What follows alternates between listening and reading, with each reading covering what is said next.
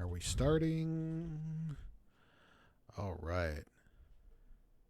Hey everyone. Welcome to the live stream. It's late at night. It's 12:30 midnight Central Time.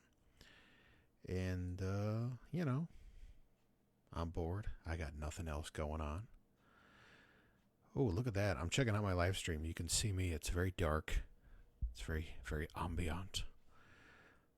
Let's see here. So I'm going to go ahead and we're just going to, I figured I was going to play some like local, just Chicago area television, just whatever, you know. I kind of got inspired by that. So I figure, let's do it. I think we're going to start off with the Max Headroom incident. If you're not familiar with the Max Headroom incident, this was something that happened back in 1987. Somebody had actually interrupted a live broadcast from First, it was WGN Channel 9. It was during the news. And then about a couple hours later, they interrupted the local PBS affiliate, which is WTTW Channel 11. And we're going to go into that. So first, let's go into the Channel 9 interruption, which is fairly uneventful, but let's do it. Sean got a good break on it. Fortunate enough, we scored. Then it doesn't kick in right away. Yeah, when does it kick in? About 37 seconds in. So let's go ahead and watch it. This is provided to you by fuzzymemories.tv. If you're a fan of local Chicago television from like the late 70s, 80s, early 90s, check out YouTube and go to fuzzymemories.tv. It's there's just a plethora of shit on there. It's great. I love it. I could just watch it. It's a great thing to watch if you just want to take a nostalgia trip. They scored again at the Lions 31. Wayne Larrabee called it like this on WGN Radio. 2-yard line, and McMahon back to throw. Dumps it over the middle. Wide open McKinnon. There's Sweetness. Sweetness, there he goes. McMahon and McKinnon, 14-0 Bears. Then the defense, which hadn't put up a sack in 12 quarters, finally did. Here we go. This is how it actually happened, like live on television. They're watching the news, they're watching the sports, and this is what fucking happens. Screen goes black. Here we go.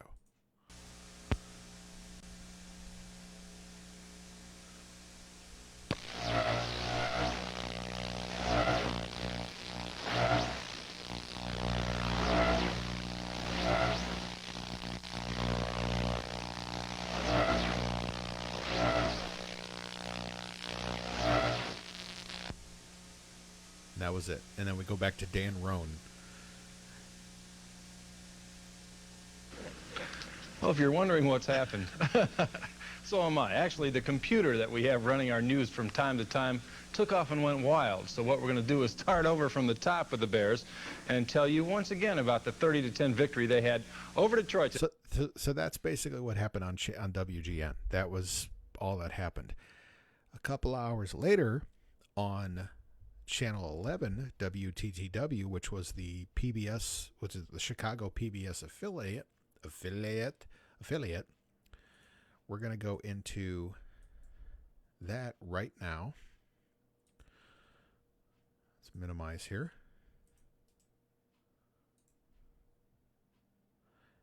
And this is where it starts getting saucy. So let's go ahead and watch. So let's pause it here. During a 1987 broadcast of Doctor Who on the Chicago PBS affiliate WTTW 11, a mysterious person wearing a Max Headroom mask broke in and broadcasted one of the strangest pirated television in Chicago. To this day, the hijacker remains at large. Continue.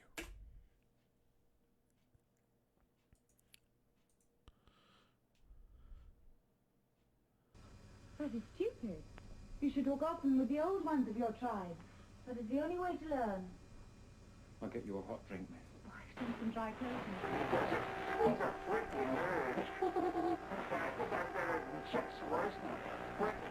So Chuck Swirsky, I believe, was the director of programming for WTTW, or was it WGN? I'm not sure, but Yeah, that's who he's referring to. Chuck. Could you find any more? Could it be any more of a Chicago fucking name? Chuck Swirsky.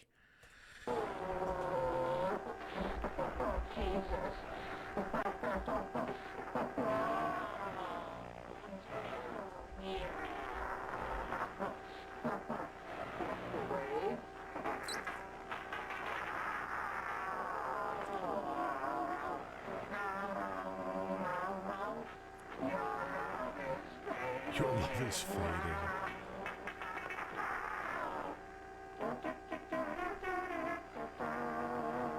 That was the theme to Clutch Cargo.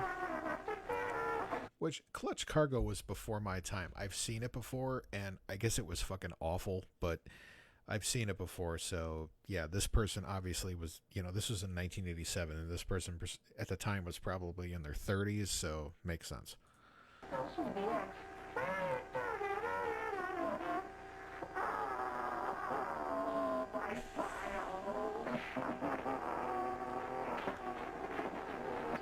Can we get to the best part? Oh,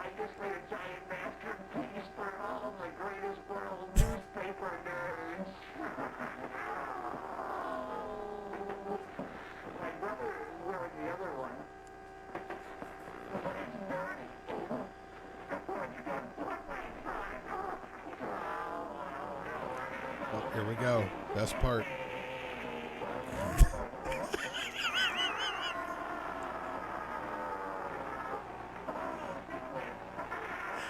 I love it.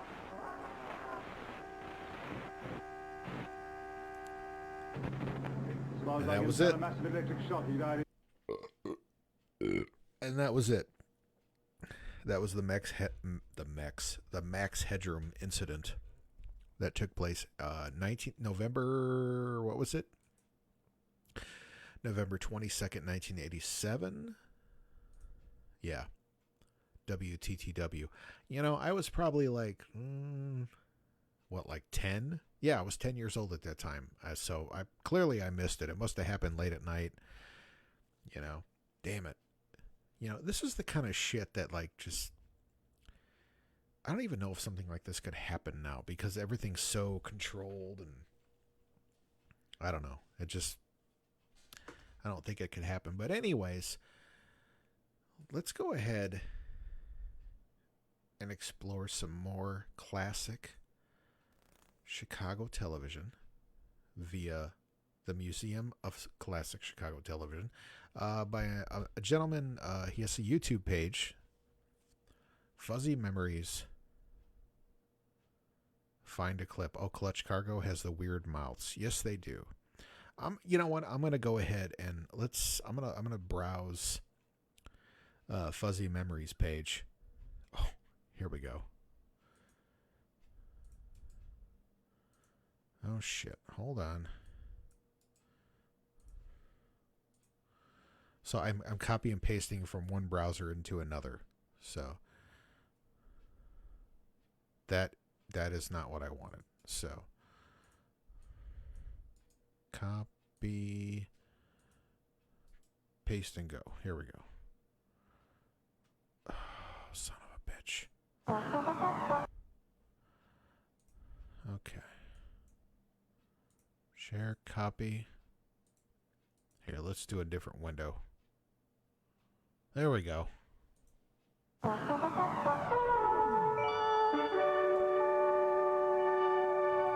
You just brought home a set of blocks for your child. Do you let her discover them on her own, or do you help her in that discovery? Recently... What is that guy's name? God damn it. Barney Miller. In a study of 4-year-olds, researchers found that if these children were left to play with the toys by themselves, they often showed very little curiosity or imagination. But when a responsive and helpful adult introduced new toys and illustrated ways to use them, they got their shit kicked out of them. Children learned quickly. And soon they took off on their own, developing imaginative new ways to play with the same toys they had previously ignored. So go ahead, join in the game. Fuck them up. Wait, it's the best part. Join in the games. Go ahead. Fuck them up. Join in the games. Won't be inhibiting. You'll actually be helping to develop Hal the child's Linden. imagination and intelligence. Oh, up. Sorry, I'm like just fucking. You are about to see how a child's mind. See, like the commercials are one thing. I'm a bigger fan of the local stuff. You know, because that's unique to the area. You know, just playing regular commercials, it's like anybody saw that shit. So I'm just browsing over here on one side. You can't see me because I have 2 monitors. What do we got here? Oh, what's this? Okay, I'm gonna play this. WGN, copy, paste and go.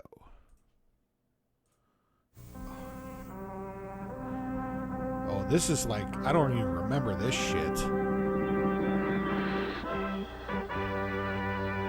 24 hours a day, bringing you the news from one area. Night Beat. Good morning. Here's what's happening on the beat in a very uncharacteristic action. The usually super-secret CIA went public Tuesday with photographic evidence of massive meddling by the Soviet Union in Central America. Drew Scott reports. Deputy CIA Director Admiral Bobby Inman says the administration took today's unusual... Wait, where did that dude come from? Holy shit, wait a minute. In Central America. He just came out of nowhere. He came from behind him. Drew Scott reports. Deputy CIA... Look, he's just hanging out, just talking, whatever. And then all of a sudden, fucking... Director Admiral Bobby Inman says the administration took today's unusual step of declassifying secret spy photos taken over Nicaragua to prove the massive Soviet and Cuban weapons buildup now taking place there. Weapons include newly received Soviet-built T-55 tanks, 152-millimeter howitzers, helicopters, armored personnel carriers, and amphibious assault vehicles. John Hughes, the man who briefed President Kennedy during the Cuban Missile Crisis of 1962, says the Sandinistas are now building 36 new military garrisons and 4 new air bases complete with extended landing strips, like this one near Puerto Cabezas on the Caribbean Sea, to accommodate Soviet MiG-20. Continues to grow on Capitol Hill to severely limit the amount of military... Like, oh wait, I want to see the commercials. I tell you, this is the one instance where I'm looking more. I'm actually more interested in watching the commercials than, because I just want to see like the time. So wait a minute, here we go. Halt military aid to El Salvador. I remember being a kid and constantly hearing about El Salvador, and yeah. Anyway, here we go. Call now 338-8700. When it comes to money, Nationwide fills the bill. You like what you see in the mirror. You care about yourself and the things that make you special. And as you've changed, so has... Whoa, what is that? She's got a window decoration on her fucking chest. Today's essence. We're as bright and beautiful as the abundant life you want to live. Oh, wait, is that... Oh, that's fucking... Is that Grace Jones? Wow, she actually looks not bad there. Wait, who is that? Okay, I don't know who she is. We're as bright and beautiful as the abundant life you... All right, this dude, is that Aretha Franklin? This dude back here, he always plays like drill sergeants. He always played like black drill sergeants back in the day. You want to live. We are your essence. Can you get on the stream? Do you know how to do Zoom, buddy? Hold on. I was just on a Zoom call with Jay. Let me set up a Zoom meeting. At least we can get some audio. Actually, you can Facebook call me. Fuck that shit. Hold on.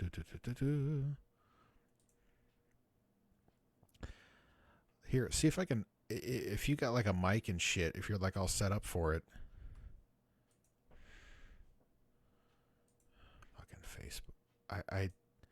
I'm so confused. Sorry. Oh, here's Messenger. I don't like this new Facebook layout. I'm totally boomering it up right now. So, yeah, dude, if you got like a mic... If you got like a mic set up, like, we can totally do like a Facebook call so I can at least get your, you know, like, get your voice on.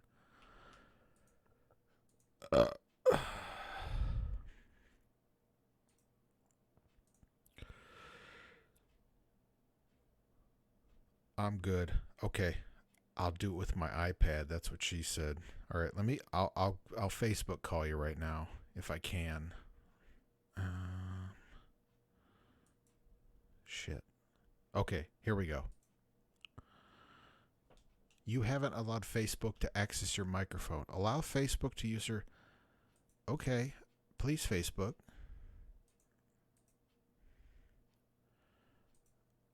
Done. All right, I'm going to call you again.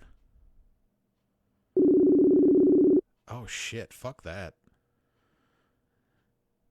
You there? Buddy, missed your call. Redial. Yeah, buddy, you're fucking up the call, man. What's up? I'm going to try one more time.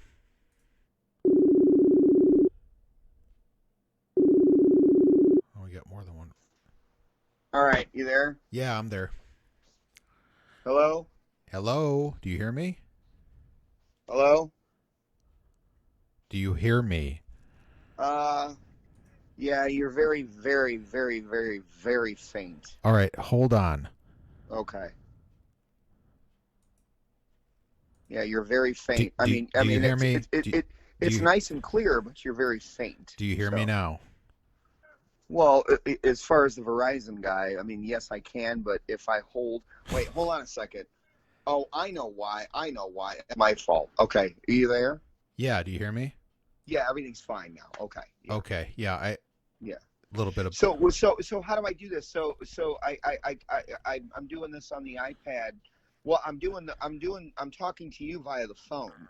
So yes. I can just watch the video via the iPad? I guess so. I mean, I don't know how much of a delay there's going to be, but sure. Well, I was at the studio last night. If we were at the studio right now, I could totally, do, that.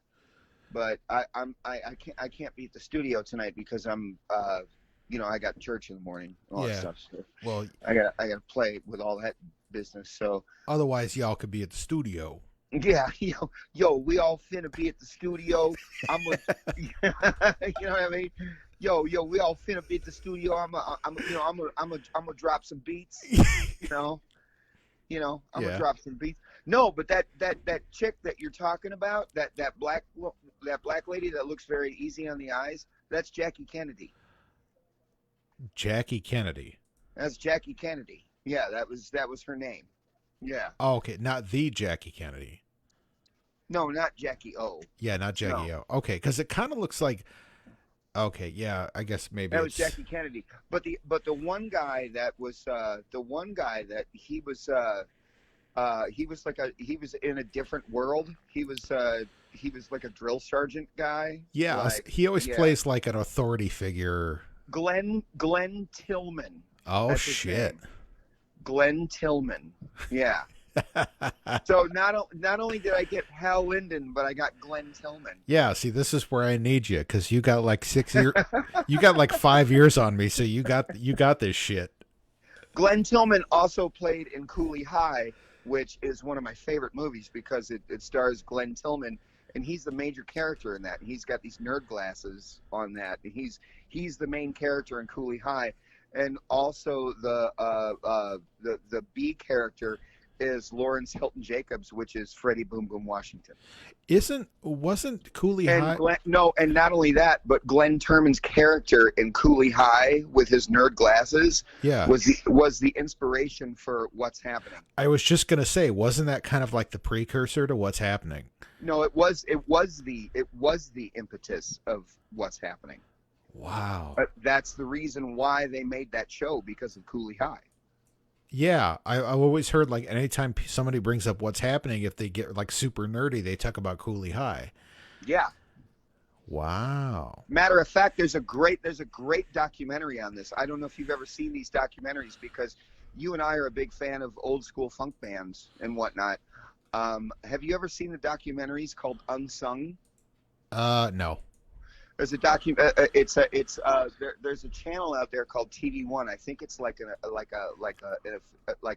spinoff of BET or something. Okay. But the documentary is called Unsung, and there's literally hundreds at this point of documentaries of old school funk bands. I mean, Zapp, Lakeside, Ohio Players, the Spinners, everything. Ooh. And then after a while, what happened is that they ran out of fucking bands to do because there was only so many bands. You know what I mean?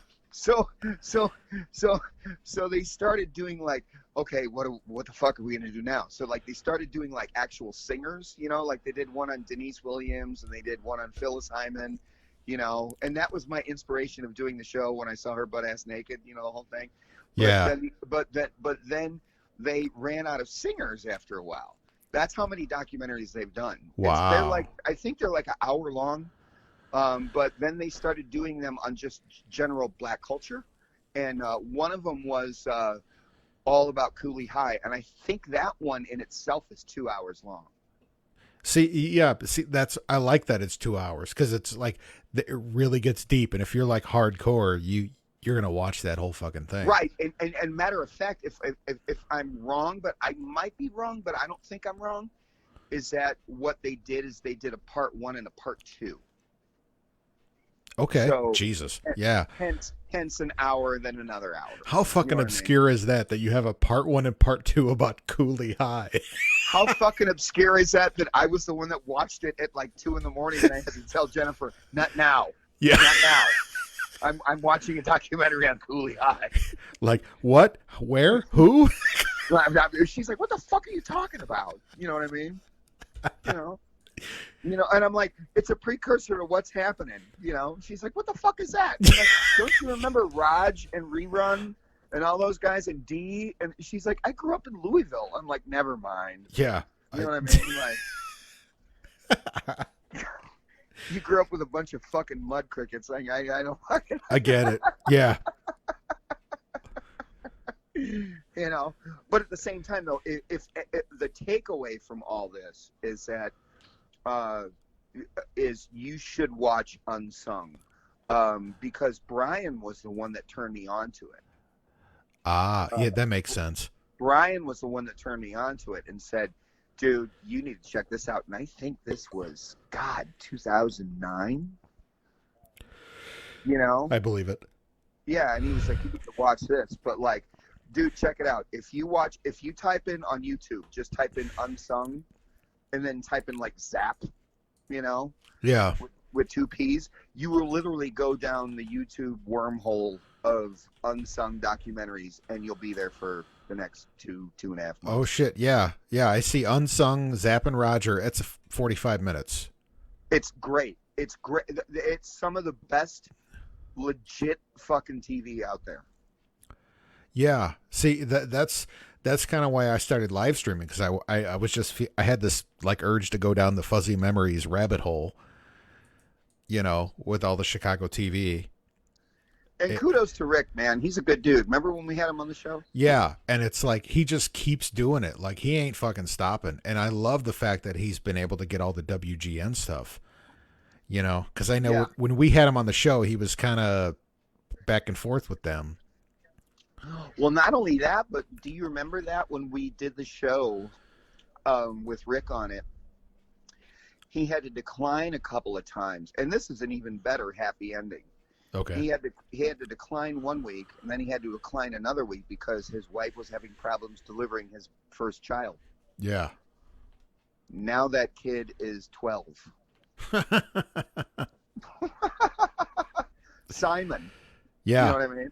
Because I mean, when we first, because I think at the time, well, I'm sure he still got the website up, but that was before YouTube was a big thing. So he had all this shit uploaded to a website. And I was just fascinated by all this shit. We all were fascinated. And then the other thing is that, remember, he finally got some sort of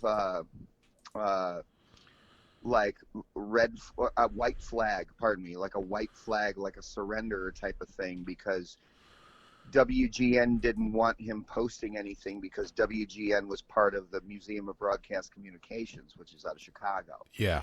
And they were like, you know, you can do anything, but don't post any WGN shit. He was like, what the fuck? Like, Chicago is all about WGN is all about Chicago. Yeah, you know what that's like the Chicago station. Yeah. Aside from that, and when Channel 32 was WFLD before it became Fox 32. You know what I mean? So, yeah. And Channel 44 and all that shit.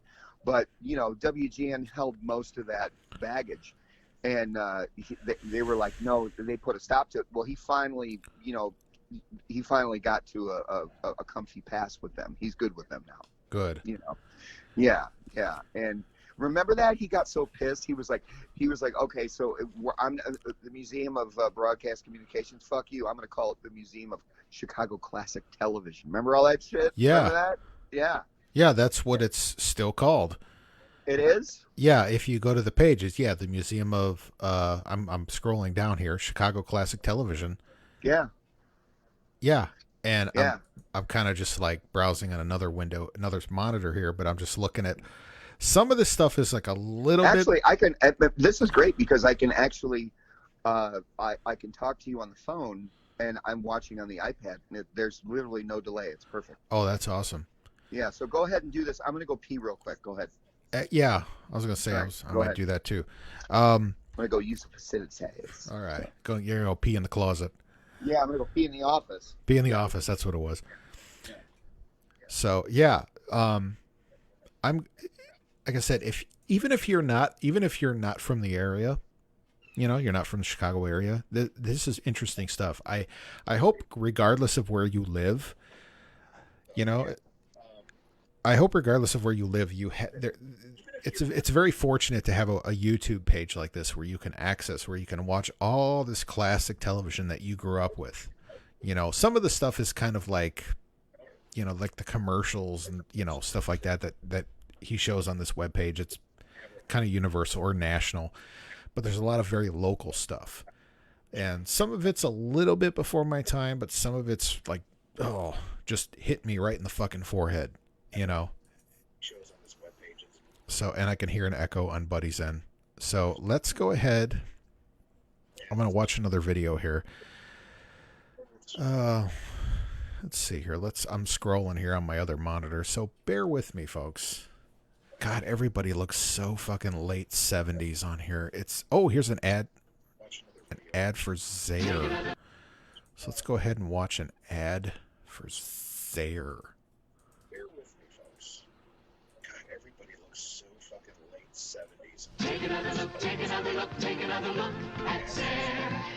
Take another look, look at all the fashions there. Take another look at Zaire. Take another look, compare. Take another look, take another look, take another look at Zaire. Take another look, look at all the values there. So in case anyone isn't aware, Zaire was it was just a retail outlet. It was like, you know, Kmart, Walmart, but it disappeared back in the late 80s, early 90s. Take another look at Zaire. Take another look at Zaire. Yeah, not only is Zaire is so obscure that I believe Zaire got bought out by Ventures, which isn't even around anymore. So that's how deep we're going here. So Zaire is so obscure that I believe Zaire got bought out by Ventures. Man, I tell you what. I'm waiting for you because I can hear like the echo, and I'm like, oh, this is driving me crazy. Yeah, sorry, man. I tell you what. The reason, I would say the bigger part of the reason why I'm an actual musician, like full-time fucking musician, it's because our mom bought me a cassette at Zaire, and it was fucking Level 42's first album. You know, their album in America, World Machine, with Something About You and all that bullshit. Yeah. Yeah, she bought it at fucking Zaire. So where was Zaire? I'm a little confused. Zaire was on 61st and Broadway, right behind Filer School. Okay, that was where it was. Okay, yeah. Because there was the Venture across the street, like over. Venture was Caddy Corner. Yeah. Okay. Yeah, That's Venture was Caddy Corner, but it's still 61st and Broadway intersection. But if you really want to get too literal about it, Venture was more on the Broadway side, and Zaire was on the 61st Avenue side. Ah, okay. That's clearing things up. Yeah, basically, when you used to take Mom to Ultra. Yeah. Ultra was Zaire's. Okay, that makes sense. Yeah. Yeah, so I mean, there's just a lot of the fuzzy memory stuff is commercials, and it's like I want to find more local stuff. The local commercials are where it's at. Yeah. Oh. The local commercials are where it's at. Like, fuck all the TV stuff. Yeah. You know what I mean? Yeah. And it's stuff particularly from like late 70s, early 80s. No, it's all from the late 70s, early 80s. Not particularly. It's all from the late 70s. Well, he's got a few things that are like a little earlier, but that's like I don't quite remember. Like stuff from like mid 70s that I don't remember.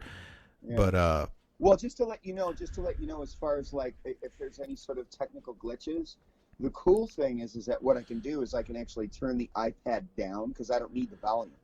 You know what I mean? Okay. So as long as I can see you and talk to you, there's fine. There's probably like about a 5 to 6 second delay, but hey, Wait, I want to look at this here. We got 4th of July fireworks safety from 1980, featuring Walter Jacobson. Oh yeah. Oh, I got a good story about Walter Jacobson too. So I got a great story about Walter Jacobson. Friday is the 4th of July, in case you go ahead. The holiday fire it up, celebrated with fireworks. Tonight, our health and science editor Roger Field has a report on just how dangerous it's firing. can be if they are not handled properly. Oh yeah. Pogoshinsky was 13 when he found out the hard way that fireworks can be dangerous. He lost his hand and now he has a glass eye. Oh I didn't shit! feel nothing.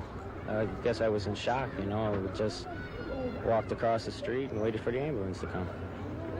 It was. Wait, is that? Wait till it catches up with you. That is perhaps the most Polish South Side name. Whoa! What is up with that guy's hand? He's just got like a thumb. Wait, Vance, what? That's the most Polish name. That is the most Chicago Polish name in the world. Zazinski? Wait, Vance Pawajinski. Yeah, maybe. Fireworks victim. Maybe.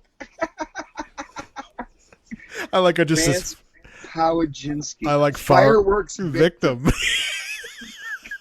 It was very numb. It was that's very numb feeling. That's it was just like I get regular worthy, firecracker just off my hand. all over the On Friday evening, right 10-year-old Julie I know. Screenshot worthy. I know I'm gonna have to screenshot that shit now. Yeah, it was all these fucking Mexicans blowing off shit.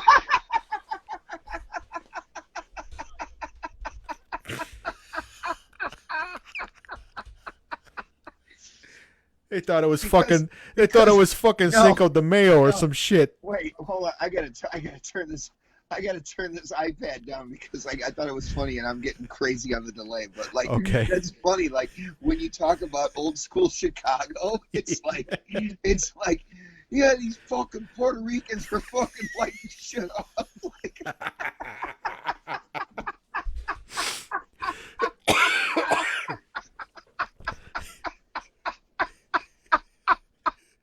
Oh boy. And and the thing is that they're on the local news and they have no shame about it. No. You fucking kidding me? It's 1980. They don't give a shit. These fucking Mexicans were lighting a bunch of shit up, and now I got a thumb. Look at this shit.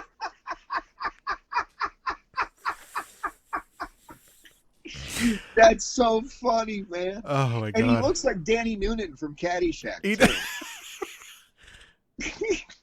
We're gonna go.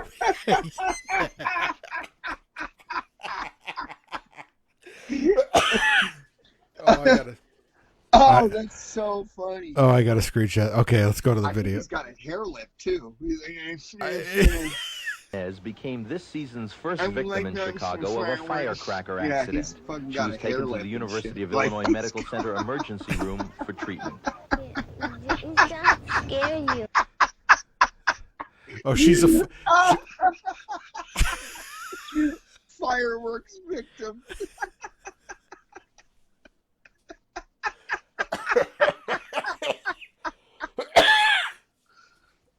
So Oh, God. anyway, I got a crazy ass Walter Jacobson story. Crazy. Okay. Yeah, let's do that. Yeah. So years ago, this probably I think maybe like 12 years ago. I was dating this young lady, and Max, you know her, Kyla, and all that stuff. So yeah, we went to a restaurant that was in Beverly Shores at the time. It was called Bartlett's. And it was right across the street from the actual subdivision. And it wasn't really a hoity-toity type of diner. It wasn't like artsy-fartsy, you know, it wasn't like that. It was just more of like middle-of-the-road type of place. Yeah. And, but they had a bar. They also had a bar attached to it that was, you know, adjacent to the restaurant. And we sat in the bar. And I kept hearing this guy, his voice in the booth behind me. And I was like, man, I've heard that voice countless times. I just can't pin it. And finally, the girl that I was with got up and went to the bathroom. She's like, that guy is like some sort of like Chicago news guy. Like, I don't know his name, but that's the guy. He's totally a Chicago news guy. And I was like, really? She's like, yeah, I can't place his name though, but you've got to get up and stand. You'll know who he is. Yeah. So I get up and I turn around. And I'm like, holy shit, that's Walter Jacobson. So I immediately just like, with no shame, I was like, dude, I'm a total fan. You know what I mean? Yeah. I'm a total fan. Like, whoa, you know? And he's like, yeah. And he shook his hand and he stood up and he was like 5'1", a little guy, you Yeah. know? And he's like, yeah, this is my wife, you know, and she was just like completely tall. Like, do you remember Casey Kasem's wife? Like that big fucking, like she was like this big buxom blonde, you know what I mean? Like Yeah. completely different from how he is as a person. You know what I mean? Like this big Barbie doll looking blonde, you know, and I was like, okay, hi, nice to, I think her name was Deborah or some shit like that or whatever. So I was like, yeah, okay, you know, and then we just kind of went our separate ways. He sat back at his table, and as did we. And then later on, he left, and you know, he left with his wife or whatever. And my date and I were still like kind of dumbfounded, like holy fucking shit, you know, we met Walter Jacobson. And we went to the bar and we're like, holy shit, we met Walter Jacobson. And the bartender was like, oh yeah, he's here like fucking almost every day. He lives across the street. You know, and we're like, really? And they're like, yeah, he lives across the street, and he's like, this is like, he's had like 7 DUIs and he can't drive. Whoa. And I was like, really? And they're like, yeah, his wife drove him here, and by the way, that's his 4th wife. Yeah. So Walter Jacobson is a playing motherfucker. Hell and yeah. a massive drunk at the same time, and rich. Why not? You know, like Walter Jacobson is like fucking Donald Trump. You know what I mean? Yeah. Like it's like, you know, without being Donald Trump. Yeah, You know? like shorter and less fat and probably slightly less of an asshole. Yeah. Well, that's what I'm saying. He's Donald Trump without being Donald Trump. Yeah. You know. So, but like, you know, I mean, but it's serious. Like it was funny. Like when I finally got the skinny from the bartender, they're like, "Oh yeah, he's here all the time." You know. Yeah. No. And they were like so unimpressed with the fact that I was like, "Oh my god, I met Walter Jacobson." They were like, "Yeah, whatever, dude." No, that was like the time I was like out in Illinois like years ago, and I was with a girl I was dating at the time, and we were driving, and we pulled up to a stoplight. And we were on the corner of York and Roosevelt Road. And I look over and there's fucking Solozzi and Edelson dealership. And I look at her, I'm like, hey, Solozzi and Edelson. And she's like, yeah, so? I'm like, you know, the commercial, you always save more money. And she's like, yeah. And I'm like, you don't get it. Yeah, none of you get it. None of you get it. And matter of fact, here's okay. So let's augment on this. I want you to get to your next clip, but I'll say this. Yeah, whatever. Go ahead. So for those of you who don't know, I rented a music studio and I've been currently building it and all that stuff. So Jennifer's been helping me clean and she's been helping me, you know, set up things and stuff like that. And so one of my friends, Danny Rosinski, who's kind of like one of the managers of Humphreys McGee and all that stuff, he sent me out of the blue, like all these studio gifts. He sent me like a computer stand. He sent me like studio monitor stands. I mean, easily like $400 worth of shit. Nice. You know, and I was like, what the fuck? You know, he's like, dude, you're my man. He's like, congratulations, man. Keep it going. You know, and I was like, thanks. So I put my studio monitor stands together. And when I did that, the first thing I said was, on the right side, always on top of my studio monitor, has to be my Solose Edelson snow globe. I have a snow globe. I literally have a snow globe of Solose and Edelson with their hands up in the air, like where you always save more money. You know what I mean? I bought it off of eBay because Brian told me about it. It's an original snow globe of Solose Edelson from 1979. Wow. And when you look at the bottom, there's a nameplate, and it says Solose and Edelson, York and Roosevelt Road, and then the quote says, where you always save more money. And that's a literal, I wish I could show the picture now, but I don't have, but I had to set it. And when I set it up, Jennifer was like, who is that? And I'm like, you don't get it. Yeah. I'm gonna find it right fucking now. But when I sent it to Dan, though, I said, thank you for the studio.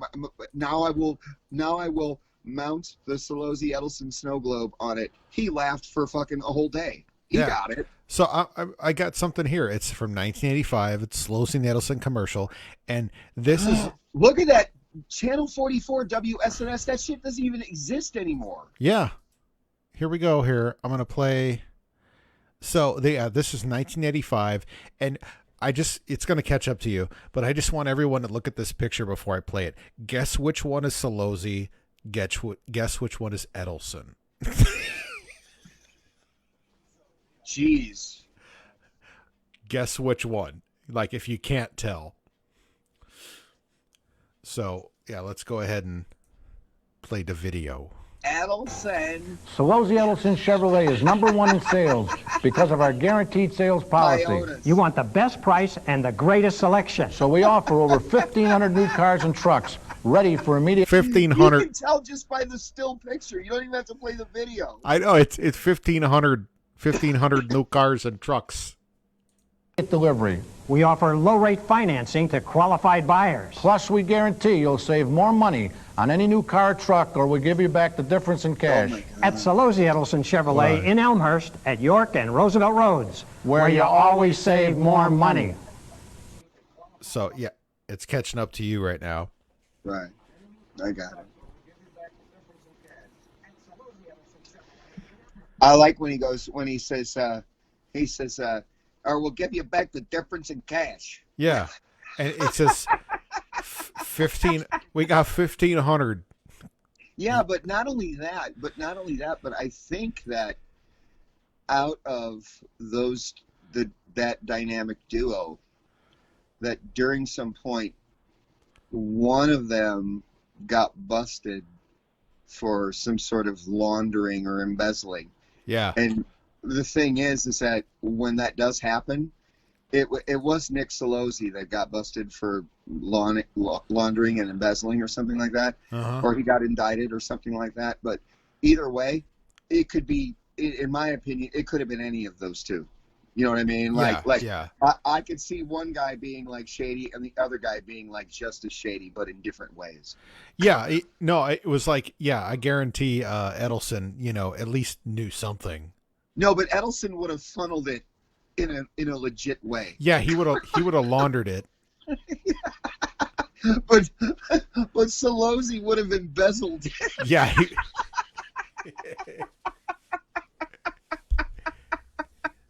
It's like, where'd all this money come from? It fell off a truck. Yeah. You know what's funny? You know what's funny? There's another one that you have to think about this.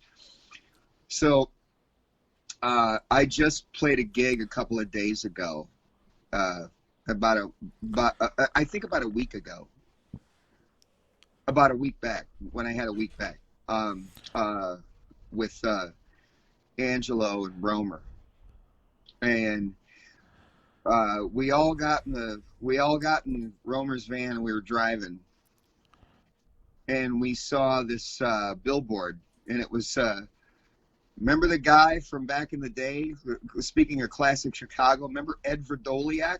Remember that guy? Yeah. He was the alderman, you know what I mean? Yeah. Ed Verdoliak. Well, now he's dead and his kids have parlayed, you know, and it's Verdoliak Law Firm. You know what I mean? So these fucking billboards are everywhere on 294. Everywhere, you know? So it's like Verdoliak Law Firm. Look, Verdoliak Law Firm. And Chico goes, Verdoliak Law Firm. And then the quote underneath is, you didn't see nothing. You know what I mean? I'm like, no, but then I said what I said. But then they hand you a business card that says Verdoliak Law Firm. And it just says, don't worry about it. You know what I mean? Like, Verdoliak and Verdoliak. Man, that's the best part. It's like it was the law firm was Verdoliak and Verdoliak. Oh, that's you know what I mean? funny. They couldn't just put Verdoliak Law Firm. No, they had to put Verdoliak and Verdoliak. That's so Chicago Polish. You know what I mean? Like, oh yeah. You know, like, you don't worry about it. Yeah, it's Southside Italian. It's what it is too. It's so fucking casino. Yeah. You know what I mean? Like, you know, like Verdoliak and Verdoliak LLC. Don't worry about it.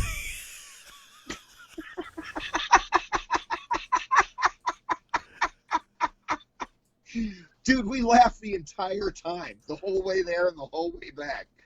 Like, I was in tears. You know, that's the truth. If you're looking for a used car or truck. Because back in the day, like the Walter Jacobson Fox 32 days, like Verdoliak was always in some hot water. You remember that shit? Yeah, I always remember hearing that name. Like, you know, I wasn't old enough to comprehend it, but I remember the fucking name all the time. If you're from the South Side, or you're from the general area, or you've been exposed to that level of TV, I mean, that guy was just known for controversy. Yeah. You know, so the fact that, you know, now his kids have a law firm, you might as well just say that. Don't fucking worry about it. Yeah. We got it. You know? You didn't see nothing. Yeah, you didn't see nothing. Oh, that's great. That's what it should say on the billboard. You know what I mean? You didn't see nothing.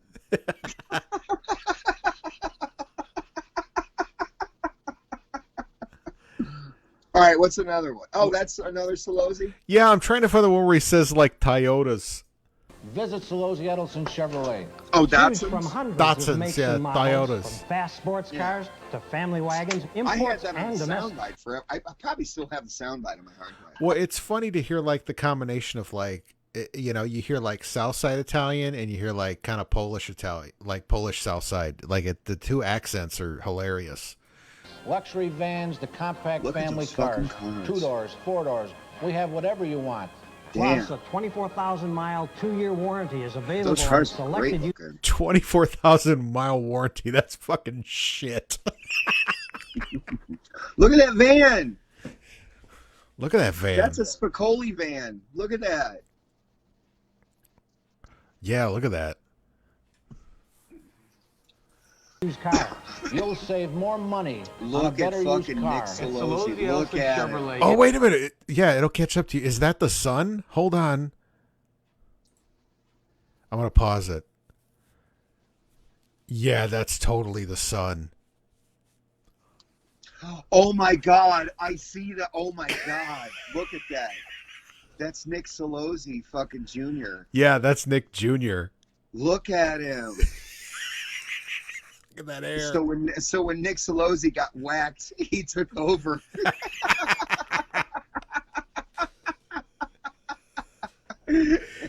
So when Nick Solozzi fucking he ratted out to a made man, he got fucking whacked. And his son with the fucking goddamn mullet took over. Look at that shit. Oh, that's great. Okay, so this year was probably what? Late 80s, maybe 90s? It was 84. Okay. 84. It was 84? Yeah. So at this juncture, timeline-wise, it'd probably be a safe bet to say that Nick Solozzi Jr. looks just like his dad. Oh, yeah, at this point, yeah. Yeah, timeline-wise. Yeah. He looks just like his old man. It's like, I just want to keep going. It's like, once they get toward the end, you know what they're going to talk about. Oh, wait, go ahead. Keep going. Used car. At Solozzi Edelson Chevrolet in Elmhurst at York and Roosevelt Roads. Oh, that was it. Oh, they didn't even say the catchphrase. That's disappointing. They cut it off. I'm catching up here. I want to see what they have to say. Okay. Hold on. No. They just said York and Roosevelt Road. What the fuck? Yeah, I think they cut it off or something. It's like, you got to include the fucking... Oh, so anyway, what I was trying to say earlier, I meant to... the reason why I jumped on the stream the whole time. Okay, so they did... and this is actually part of Rick Klein's Fuzzy Memories investigation as well. Okay. As far as the Max Headroom thing. Yeah, there's a couple of videos on it, but they know the guy, but they won't give up who it is. Well, that literally was a corrugated garage door that they were tilting back and forth. Okay. In the back, like they were tilting it back and forth to give it that crazy whatever grid type of 80s thing. But that was a corrugated garage door that they were tilting, back and forth. It's true. Yeah, well, from what I know it was somebody on the inside that put it all together. The guy that is actually in the Max Headroom mask was some sort of musician or something from Bloomington, Indiana. He was a musician from Bloomington, and yeah, he was a failed IU student.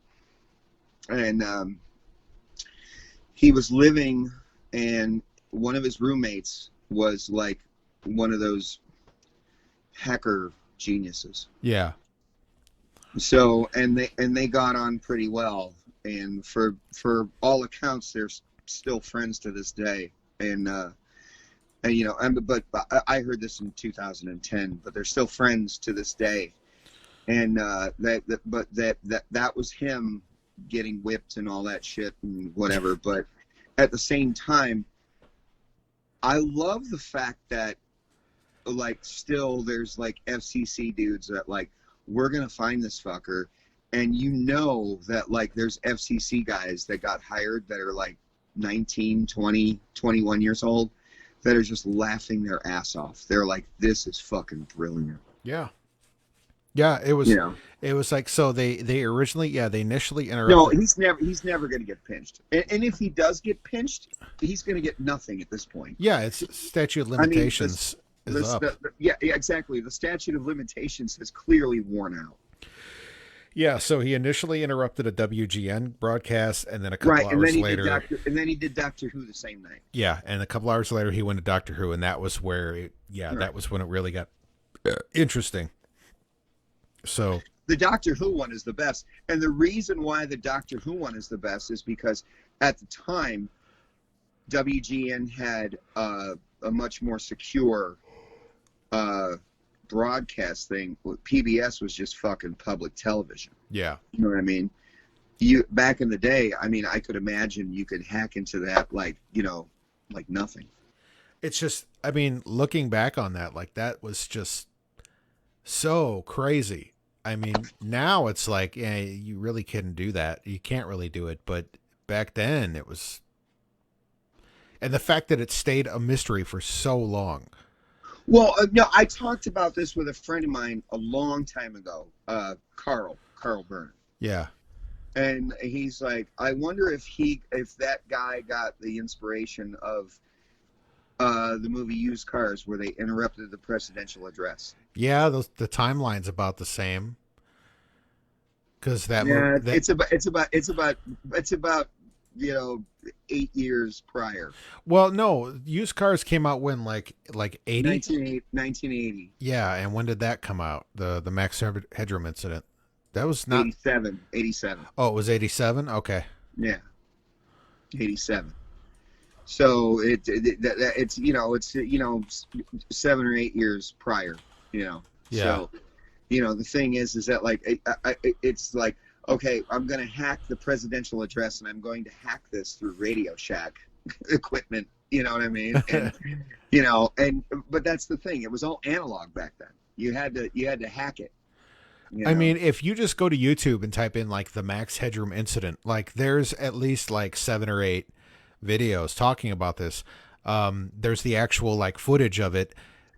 Probably the most in-depth one is a guy who has a YouTube page. He's called Wang, and it's got 2.6 million views. It came out a couple of years ago, and that one's probably the most accurate with regards to like what happened. What else do you got? What else do you have here? That I was just gonna watch. I was just gonna watch. Fucking. Hold on. What else do you have? Because the delay sometimes, as far as you talking to me through the Bookface call, and this, sometimes the delay is way off, and then sometimes it's right on. Well, that's what I mean. If we were like on a Zoom call, it'd be pretty much no delay. But because you could do that as well. I mean, I could do either or. I mean, I teach through Zoom, so I mean, it's Yeah, I was talking earlier. Oh wait, that was Jimmy Pearsall. Wait, that was old Harry Carey. Go back to that. I'm going to that, but hold on. Well, let's do Zoom if you want, because that way there's no delay. Yeah, let's do that, because I can do that. Okay. All right. Well, I'm gonna jump off here and I'm gonna take a pee. And then I'm going to call you on Zoom. Okay, so let's just do that. I'll have Zoom open. All right. Okay. Cool. All right. All right. All right, folks, I'm going to be right back, and we're going to do a Zoom call. I got to pee. We'll be right back.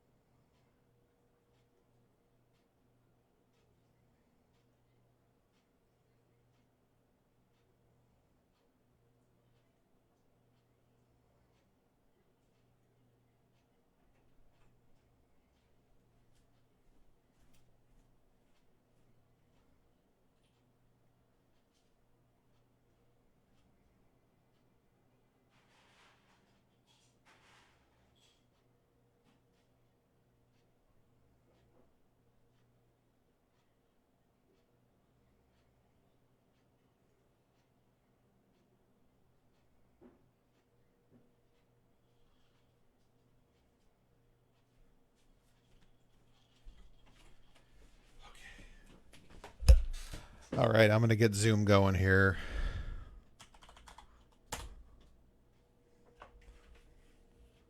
Where are we at here? Okay. Meetings.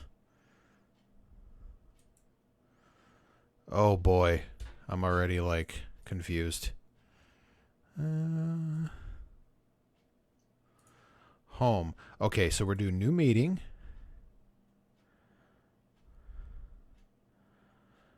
Okay. Screen share. We're going to share that screen. And then return to meeting. Hey. Hold on. God damn it.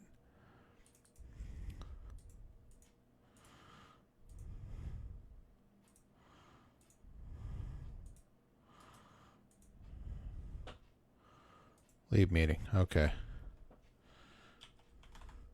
Sorry, folks. I'm trying to figure this dumb shit out. Okay. New meeting.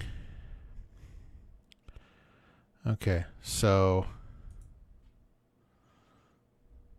you're using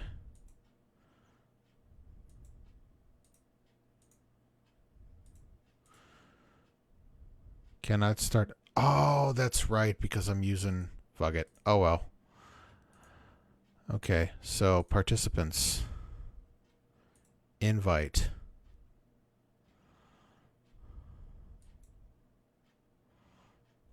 Okay, I think I got the invite link. I'm gonna send it to Buddy.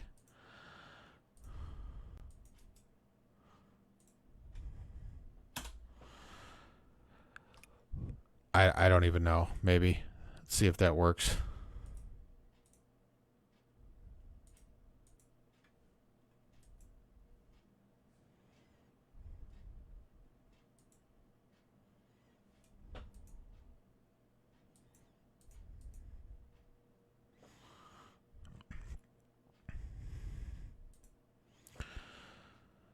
Okay. So we got the meeting going. I don't know. I sent him a link. Let's see if he joins in. I have no idea. Zoom, zoom, zoom, zoom. Shit.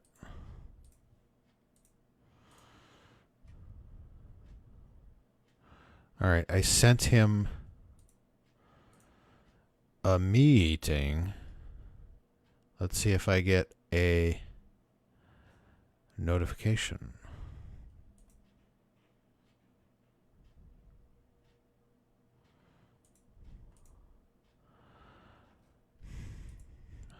Nothing greater than dead air. Come on. I don't even know if I'm doing this right, so I'm hoping Buddy can send me a message. Let me know. I need the meeting. Oh, shit. I don't fucking know what that is.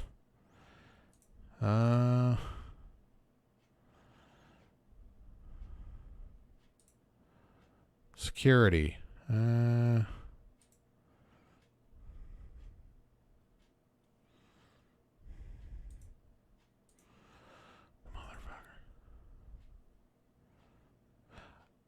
There's a passcode. I can send you that.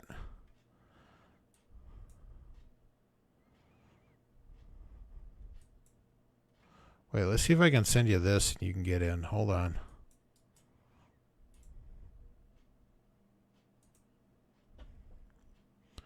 See if that works.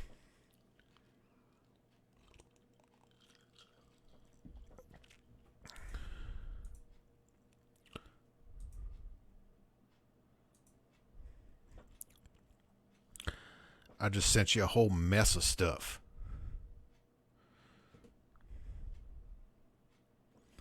Like I said, I was on a Zoom call with Jay, but he was the one who hosted it, so I just joined in on him. I haven't hosted a Zoom meeting since like forever, and I don't even remember how I did it. I forgot I even had this installed on my computer, so shows you how much I fucking know.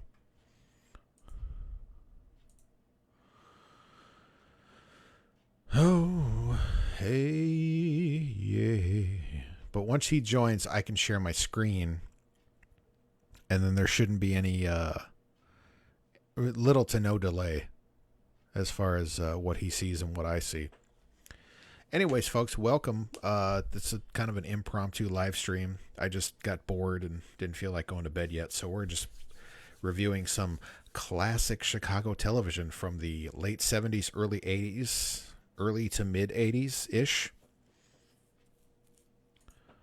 Hopefully Buddy can join in here. He's not gonna see my video on his Zoom meeting because I'm using my OBS currently right now that I'm using to broadcast the stream is using my webcam. So you can't use two sources at the same time.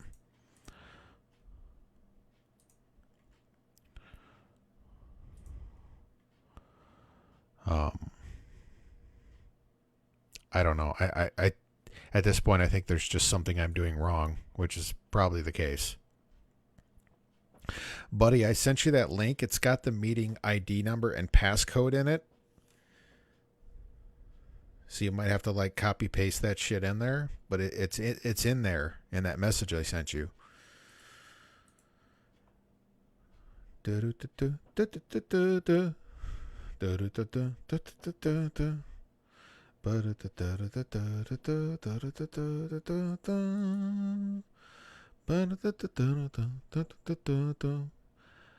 When will he join the meeting?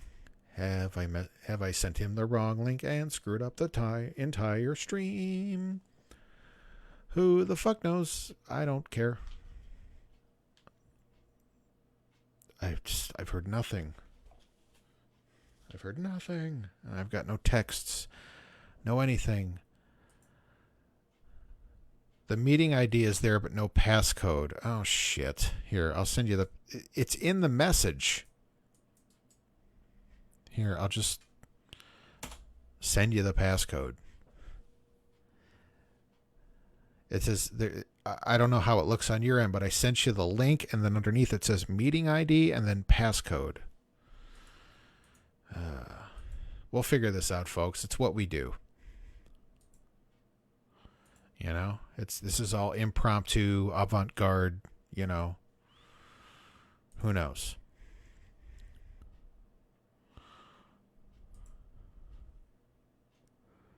It's crazy. It's off the cuff. It's what we do here.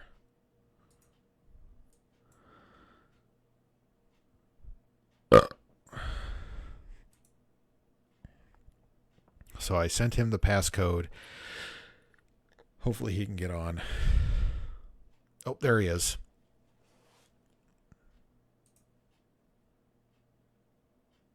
There you are. Ah, there we go. I hear you. There we go. Yeah, you're not going to see my video because OBS is using my webcam right now, so I can't do two at the same time. Oh no, that's fine. I just got the passcode like 20 seconds after. So yeah, it was just a glitch in the messaging data. So yeah, I got it. Okay, yeah. So my screen should be shared now. Oh yeah, it looks great. The channel 44 WSNS. Okay, you know? Yeah. So there and then if you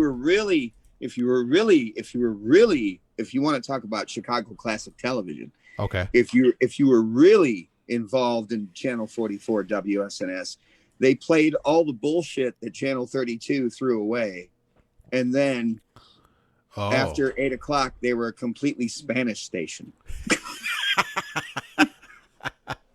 I love it.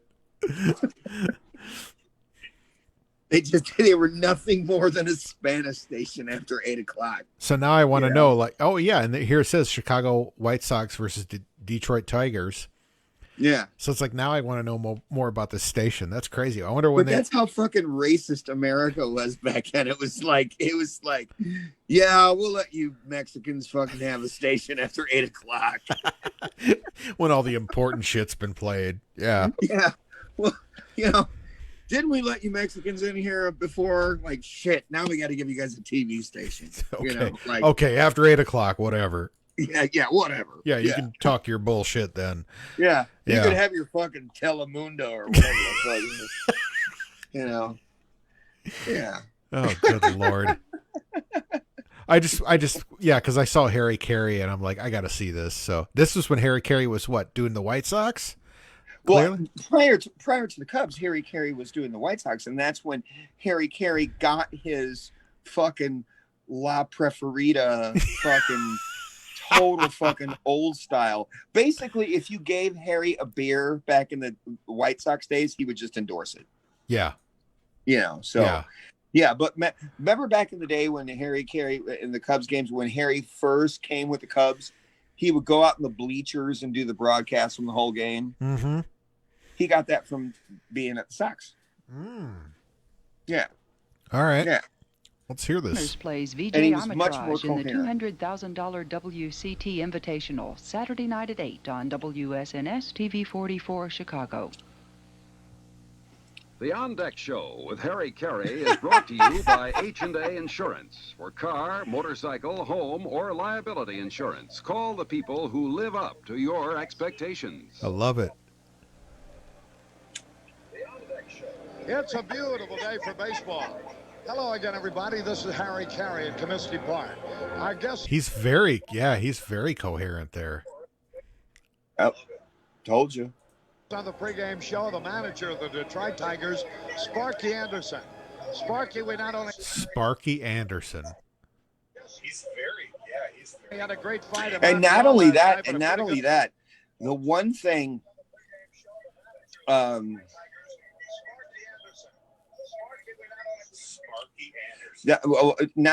because there's still a little bit of delay. Yeah, unfortunately.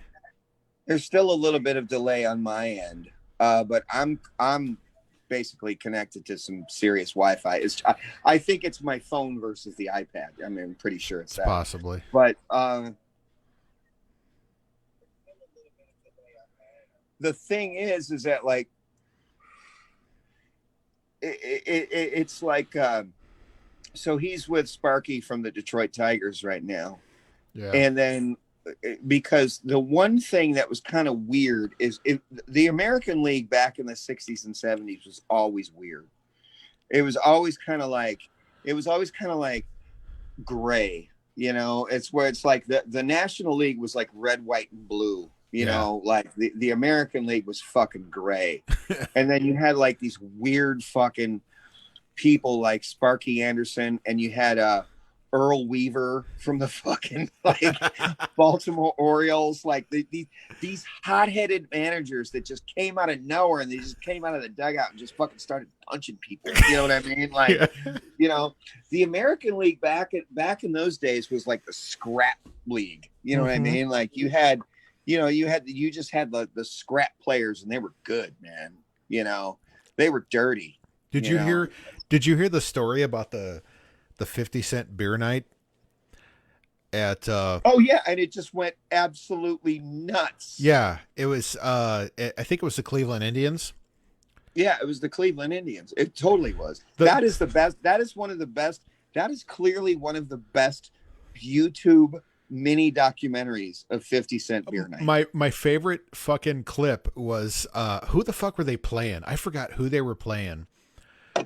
But the head coach. To be honest with you, who gives a fuck with who they were playing? It's 50-cent beer night. Man. No, but I who mean, gives a fuck? I don't. Like I said, I just trying to. All I remember was the coach of that team, because it started getting so fucking rowdy that like the fans were like attacking the players of the opposing team, and the fucking coach was like, "All right, guys, get your bats, let's go." Like, let's just storm the fucking field with our bats. Like, let's get them.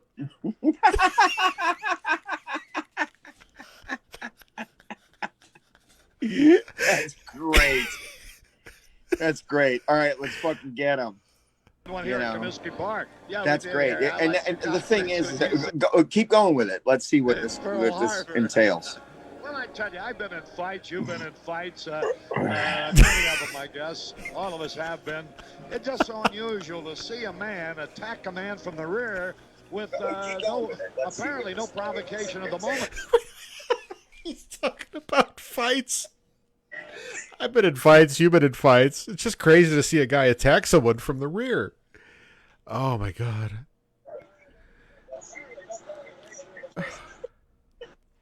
I know, but that's how the interview starts. Yeah, you got to attack the guy from the rear, you know. And the thing is that like when you talk about people that were famous, yeah, you talk about like the right place and the right time. They always talk about that. Yeah. I mean, come on. It's fucking Harry Carey. Like, he fucking left the St. Louis Cardinals in the 70s. He got fired because he drank too much. Yeah, that's saying something in the 70s. He drank too much. He was a broadcaster for the St. Louis Cardinals and got fired because he drank too much on the air. In the 70s. No, in the early 70s, you know. So he got fired because he drank too much on the air. All right, he drank too much on the air. Then Chicago was like, fuck that. We need this guy now. You know what I mean? Because, like, this fucking town sucks. You know what I mean? Like, we need a party guy. You know what I mean? And the reason why Harry Carey was so successful is because of Bill Veeck. And Bill Veeck was like he was like the salesman of baseball. Yeah. You know what I mean? Like, if there was a 50-cent beer night in Chicago, it was probably because of Bill Veeck. You know what I mean? He was that guy. You know what I mean? But, you know, but Bill Veeck's Bill Veeck was strictly for the Sox. He wasn't for the Cubs. You know what I mean? So, but Bill Veeck's biggest claim to fame was also his biggest failure. And that was Disco Demolition.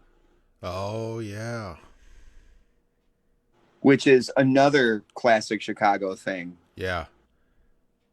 Dude, Disco Demolition started, in my opinion, Disco Demolition started what we now call the Boomers. Yeah, that's all it was. Because we weren't around. I mean, we were way too fucking young to do anything about that. No, but I was enough to know that, like, I liked disco, but they were like, "Fuck no, we want Blue Oyster Cult." Yeah, you know what I mean. We want Deep Purple. We want Led Zeppelin. We want the Beatles. We want this. You know what I mean? Like, now those people are 60, 70 years old. Yeah, it was a huge douchebag backlash. And now they're boomers. Yeah, and I mean, admittedly that genre did get ran into the ground, but a lot of it got ran into the ground by fucking boomers. Boomers ruin everything, dude. No, my best quote about boomers is boomer great music. Yeah. They're the fucking worst, but great music though. Yeah, boomers are the worst. Great music though. Yeah. You know? Like, yeah. No, and that's true. But at the same time, that's inherently true. Yeah. But also, at the same token, is that it's funny at this point. Like, I love Harry Carey and I love that era. But if I look at it through you know, like, just my eye, like, I look at it through a cartoon character type of eye. Certain people see it as like, that's the way it should fucking be all the time. No. And it's like, for me, it's more along the lines of, somebody's like what you said about boomers. It's like, it's a great quote. Like, you know, boomers are the worst. Great music though. Is that I saw something a couple of days ago. It was random, very random on social media. I don't even think it was on Facebook. I think it was on Instagram because I'm kind of a big Instagram guy. Yeah. And somebody said, at least everyone, this person is the same age as I am, and said, everyone I'm going to high school with now has turned into a mini boomer. Oh yeah. It's happening with me now too. Like a junior boomer. Yeah. Like a mini boomer. I mean, the dudes that I went to high school with that have become that, like, it doesn't surprise me, but there's a few of them that have, but yeah, it's like, dude, just because your dad made it work in his line of thinking doesn't mean that you're going to do the same thing. Yeah. You know, like, it just doesn't work that way. And it's like, I've been down this road so many times with these people that, like, when they start in, I'm just like, all right, whatever. Like, I just tune out as soon as they start in with, you know, the typical, just whatever. You've seen it on Facebook, is, you know, you make a post about expressing your opinion about something and you get that one fucking guy and it's like, here we go. I had to delete something. I think it was a day or 2 days ago. Yeah.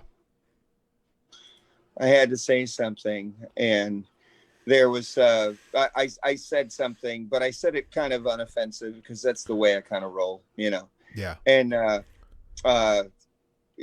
some guy that is a musician friend of mine that I think I played with maybe once, like fucking 15 years ago, you know. Yeah. And that's usually what it is. Yeah, and he was like, yeah, but you know, but he was really nice about it. He wasn't a dick about it or nothing like that. He wasn't a douche. He was like, well, you know, that's what, you know, you guys have been waiting for so long, you know. And I was like, you know what? I understand where he's coming from, and he's nice about it, but I don't like where this is going, nor do I want this to be taxing on my brain, so I just let it go. Yeah, that's fairly innocuous. You've had way worse people than that, though. Oh, you mean as far as fucking Saturday when I got off of my... No, it wasn't Saturday. It was Friday when I played those fucking 3 gigs when it was like fucking 40 degrees outside. Yeah. So I played those fucking gigs where it was like 40 fucking degrees outside. And the last one I played was a tailgate thing at Notre Dame. And you'll love this fucking story. All right. All right. So it was so cold out. It was so fucking cold. Yeah. Last weekend fucking sucked. Yeah. Dude, and I knew it was going to be cold because I looked at the weather. All right. Yeah. So not only did I put my bass in the car, so I played 2 gigs on bass. The last gig I had to play at Notre Dame, and I played on campus for their big home game, pre-game tailgate thing. There's fucking like 200 fucking college students outside on this campus. They're all fucking wearing masks. They're all like starving for entertainment because they're all COVID out. You know what I mean? Everything like that.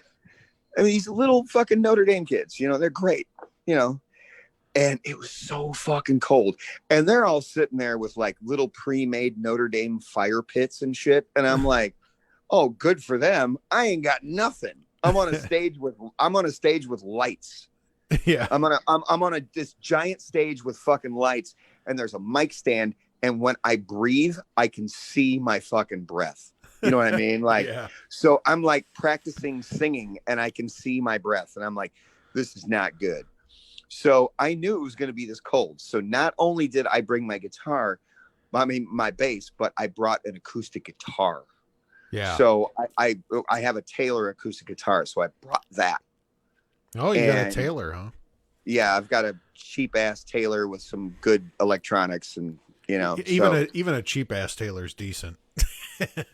It's Jennifer's dad. He basically donated it to me. Oh, sweet. You know what I mean? So he's like, yeah, just play it. You know, so I've had it for a couple of years now, and so I'm like, I'm so cold that one of these hands is gonna work. Both hands can't work. You know what I mean? Yeah. So I figured, well, okay, I'll just sacrifice the right hand to make the left hand do all the work. Yeah. So I'll just hold a pick. Bar chords. Yeah, and I just used my looper and I made these kids fucking go nuts. You know what I mean? And it was great. Like I just played all this percussive stuff and I just played all that stuff. And it was a great time. But at the same token, it was like, I felt so bad for these kids because they were like just starving for some sort of musical entertainment, you know? And the next thing you know, like when I left, like, I think I gave out like 7 or 8 business cards to these like rich frat kids, you know what I mean? And I'm like, hey man, if you need me, you know where I'm at, you know what I mean? And I just literally, I left and I got the check and I was like, cool, thanks, man. You know, but it was a really good gig and it was really good. It was really fun. But after that, I drove home and Jennifer woke up and she was sleeping on the couch and she was like, you've played from 11 to 11, basically. You played from, you left at 9:30 in the morning and now you're home at 12:30 at night. Yeah. And she's like, so basically you've played 3 gigs and they were all under 55 degrees. She's like, you are a goddamn popsicle right now. And I'm like, yep. And I'm like, I'm going to go out in the garage. And I literally sat on the garage with 2 cats and I played with them with a shoestring and I drank whiskey. It's like, I needed to warm up like a St. Bernard. You know what I mean? Like I needed to warm up. I was like, I can't even feel my fucking fingers, you know, like they were just like they were just numb. Fun. But I made a shitload of money and it was good. But at the same time, it was just like, they were just like, I could see them in there. I mean, you know, and once again, they were just like junior boomers because they're fucking rich kids. You know what I mean? And they're like, whatever, man. Trump 2020. Boomers, Trump 2020. Boomers in training. Trump 2020. As long as I'm making money, as long as I'm wealthy for Trump 2020. You got like the young Republicans. If anything, this political whirlwind has taught us the last 4 years is fuck you. It's about me. Yeah. It's reinforced that. It's probably always been that way, but this has just brought it out in the open. You know. Oh no! I mean, he's made it Walmart. Yeah. Yeah. I was going to tell you, like earlier this evening, Jay and I we were hanging out on a Zoom call because Jay and I are probably going to do like a live stream, like a regular live stream. How's that go? Well, it's going to be like mainly political shit, and we're not just going to talk about like the hot topics. Like I'm going to talk like we both have unique perspectives. Like, you know, I am where I grew up and Jay is where he grew up. But at the same time, we both pretty much have the same perspective with regards to political, social issues, despite the fact that we've grown up in completely different regions of the country. Not only that, but I think you and Jay have a very nice flow. You know? So we talked for a couple hours just as far as like what we're going to do. And we got a good game plan. And it worked out, you know. I'm excited to see where it's going to go. If anything, I'm just helping him out with like the technical issues because he's going to host the stream for now. And I told him, I was like, dude, you got to get a second monitor if you're going to host this. If you're going to host the stream, or we're going to watch videos and comment on them, you got to get a second monitor. I got another video you should watch. I got another video you watch that's going to jar your fucking memory because I saw it a week ago. And I was like, holy fuck. Well, now I gotta know. Cody Wild Musk. CODY? I think it's COTY. Cody? Why does that sound familiar? Use it before you stalk. Cody Wild Musk commercial. Oh my God. 1,000 Quivers? 1983. Okay. All right. I'm going to fucking copy this link over. Yeah. Go ahead and watch it. I'm going to go use the facilities. So, yeah. Yeah. That's the one. Do your thing. Oh my God. That's the one. That's the one. That's the one, dude. That's the one. Oh, holy shit. Fuck. All right. One of the wildest species ever to stalk this planet was the human animal. Wild and cunning enough to discover the essence of animal attraction, a scent that turned fear into fascination. Now Cody has bottled this primal essence. Wild musk oil for her, Cody Musk alone for him. One touch bears 1,000 quivers. Cody Wild Musk. Use it before you stalk. Bullshit! Use it before you stalk. Oh, the places you could go with that. Let's look at the Let's look at the comments. Oh, look at this. I love this. People are actually commenting. It's not just like funny comments. There's people actually. This guy is Peter Tram, who was the guy in ZZ Top's Sharp Dressed Man video and also did most of Kevin Bacon's Dancing in Footloose. He died of AIDS when he was just 33. See what I mean? I would have never fucking imagined that. I would have just seen this fucking video and been like, oh, well, that's funny. That's stupid. And just gone on about my day or my evening, whatever. But the fact that somebody commented on that, that's fucking crazy. That's fascinating. This is why I love the internet.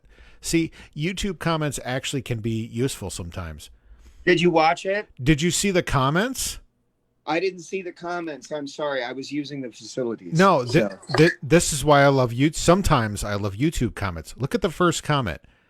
All right, I'm going to read it. This guy, the guy that was in the video, is named Peter Tram. He was in ZZ Top's Sharp Dressed Man video and also Kevin Bacon's Dancing in Footloose. He died of AIDS when he was 33. You serious? Yeah, and it's like, that's what I love about the internet. As much as I despise typically despise YouTube comments, I love that. That's fascinating. No, and is it the top comment? Yeah, it's the top one. Well, then you know it's legit. You Yeah. know what I mean? So, but I will say this, and I'm just going to just leave it at this. Sometimes YouTube comments are better than a writer's room at SNL. Yeah, I agree. Especially if you get lucky and you look at the top comment and you're like, Jesus Christ, that's funny. Oh, and here's the second comment. The commercial aired quite a bit on MTV in 1984. Everyone fucking what? Do you remember that commercial? The girl's name is Jill Sholin, who appeared in the 1986 Emilio Estevez film That Was Then, This Is Now. Yep. Yeah, I remember that movie. Do you remember that commercial though? I don't, but whatever. It's 84, 83. That's kind of in your wheelhouse. You were still like 6, 7. I honestly, there's literally like, I remember most shit from about 84 on, 80. The only thing I remember prior to that was like the Great Space Coaster. And the thing is that prior to that, I remember everything but the Great Space Coaster it was when I was starting to become preteen, and I was like, fuck all that kiddie TV shit. Exactly. You know what I mean? I'm going to breakdance for the rest of my life.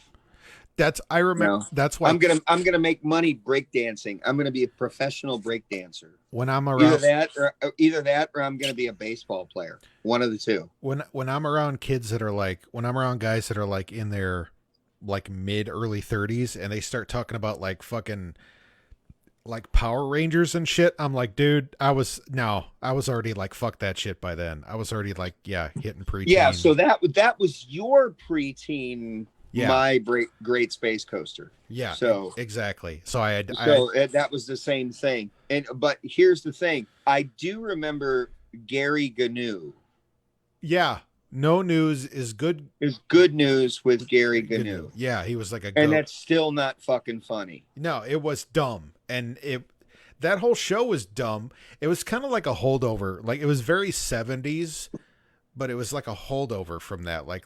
Do you remember the theme song? So the theme song, there was this one part where it was like, on the Great Space Coaster, off we go on the Great Space Coaster, and then there's a girl. So it was it was very racially diverse. There was a black guy, and there was a Mexican girl, and then there was a white guy. Okay. Yeah. So the Mexican girl goes, get on board, step inside, soaring for a magic ride. And then they hand it off to the fucking Terry Bradshaw, little junior white guy. And he goes like, going to the other side where only rainbows hide. And I'm like, I can pull it up, but let me just say, like, I hear people now, this is what infuriates me. I hear people now bitching whenever you watch a new TV show that has a lot of like diverse cast, they're like, right. Oh yeah, fucking PC political correctness. I'm like, motherfucker, that shit was going on back when I was a kid. Shut the fuck up. Do you want to know the real fucking, there's two real fucking things that were PC mixed race, what have you, prior to the Great Space Coaster. Yeah. Star Trek. Which they modeled off of. I'm talking about three people. You know what I mean? Like 3 people. Yeah.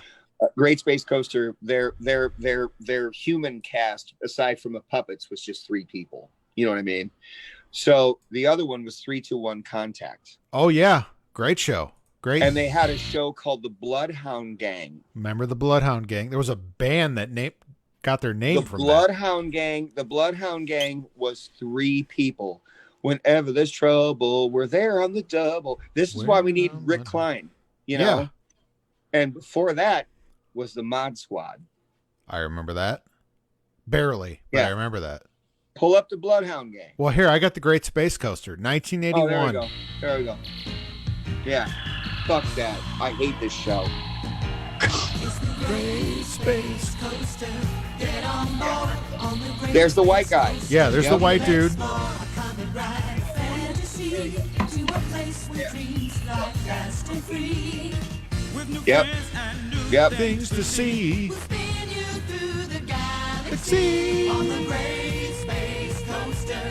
Oh, on the Great Space Coaster, off we go. Get on board, step Here you go. By the way, I know it's cheesy as fuck, but I gotta give creds to the band whoever played this music. It's actually pretty cool. It's got a lot of variety to it.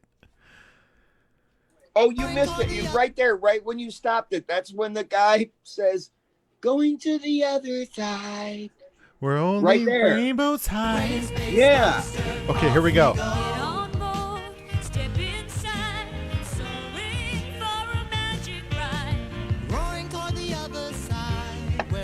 Yeah. Right. But can you get the Great Space Coaster the closing credits? Can I what? The Great Space Coaster the closing credits. Like, you know, you always like talk about like the Jeffersons, the best is the closing credits. Oh, well, this is a full episode, so let me see if I can get the credit. Let me see. Because when they at the end they play live, like they're supposed to be a band. Oh, I didn't know that. Like they play guitar and you know, they're like go to the end of the episode. Well, go to the end of the episode. Like they actually like fucking playing a goddamn band. Well, I guess they don't. Yeah, that's what I'm trying to find. Holy shit, look at that lady. Jesus Christ. That looks like every teacher I had when I was a kid. Okay. That is every teacher you had. Hold on. That is the most unsexy thing I've seen. Okay, here we go. The quality isn't great, but let me. Yeah, they're like a band. Yeah, I'm gonna grab it here. Fucking Harry Carey. Okay.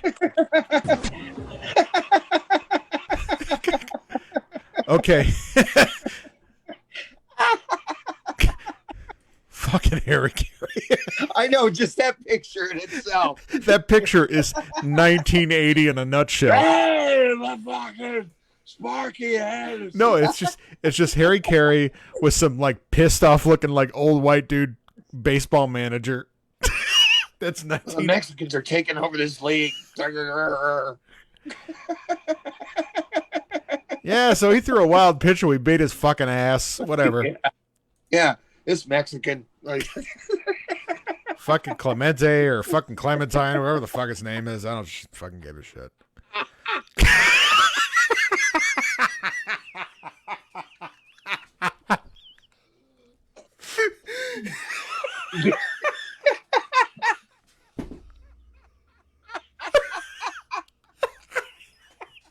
I had to just have a character like the late 70s baseball manager character. Oh, that's a right there. That's it right there. Yeah, I'm gonna play it. And look at fucking Ralph Malph fucking playing the drums. Look at that shit. So they have a black guy on the keyboards. Yeah. You know, because hey, you're a black guy, you Herbie Hancock. You know, those kids, they love that. I'm surprised. I'm surprised he's not playing bass. But yeah, anyway. Yeah, but then, well, there is no bass player. Yeah. So like, then you have the Hispanic lady playing guitar, and then you have white guy fucking Potsy Ralph Malph fucking playing drums. And then you got so fucking watch when he says, "Going to the other side where only rainbows hide," and then he does this drum fill. So watch it. You get fucking Lady Aberlin on guitar. So yeah, it's only coming out through the left speaker. It's just the video. So if you hear that, fuck it. Okay. Yeah, but seriously. Okay, here we go.